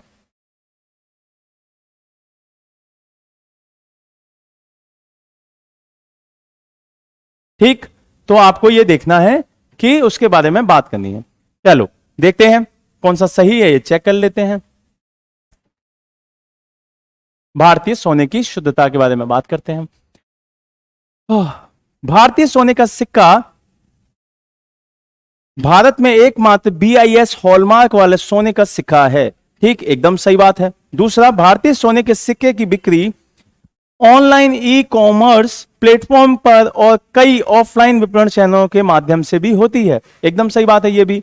फिर तीसरा, सिक्कों की ढलाई भारतीय प्रतिभूति मुद्रण तथा मुद्रा निर्माण निगम लिमिटेड के द्वारा की जाती है। यह भी बात आपकी एकदम सही है। तो ये तीनों ही पॉइंट आपके सही हैं। देख लेते हैं क्या ऐसा है, तो देखते हैं ऑप्शंस में। यस, ऐसा है। आपका डी ऑप्शन ऐसा दिखाई देता है जहां पे ये तीनों बातें सही दिखाई दे रही हैं, तो डी ऑप्शन आपका करेक्ट हो जाएगा। तो ये कुल मिला के हमारे 100 के 100 क्वेश्चन रहे। ठीक, तो ये आपकी टेस्ट सीरीज आज कंप्लीट हुई और उम्मीद करता हूं कि ये सारी चीजें आपको बढ़िया से समझ में आई होंगी। आपने इसमें अच्छे से चीजों को सीखा होगा। हमारी टीम पूरी कोशिश कर रही है कि आपको ये चीजें अच्छे से समझ में आए और आप इसका पूर्णतः यूज ले सकें, आप इसको अच्छे से सीख सकें। ठीक है, तो अब हम कल से 26 वाला जो क्वेश्चन पेपर है उसको सॉल्व करेंगे और उसको अच्छे से सीखेंगे। देखो, मैं अगर ये क्वेश्चन पेपर जो है आपका उसको पूर्णतः सॉल्व कराऊं तो ऐसा हो नहीं सकता, ठीक है, क्योंकि अब उसके लिए इतना टाइम बचा नहीं है। तो आप हमारे चैनल पर, ठीक है, सक्सेस इंडिया स्टडी सर्कल, ठीक है, ये हमारा चैनल है जो कि आपके लिए ये मुहैया करा रहा है फ्री ऑफ कॉस्ट, ठीक है। तो हमारे चैनल पे आइए, हमसे जुड़िए, ठीक। तो चलिए मिलते हैं फिर अपनी नेक्स्ट क्लास में, और घर पे रहिए, सुरक्षित रहिए, पढ़ते रहिए, है ना। चलिए, जय हिंद, जय भारत।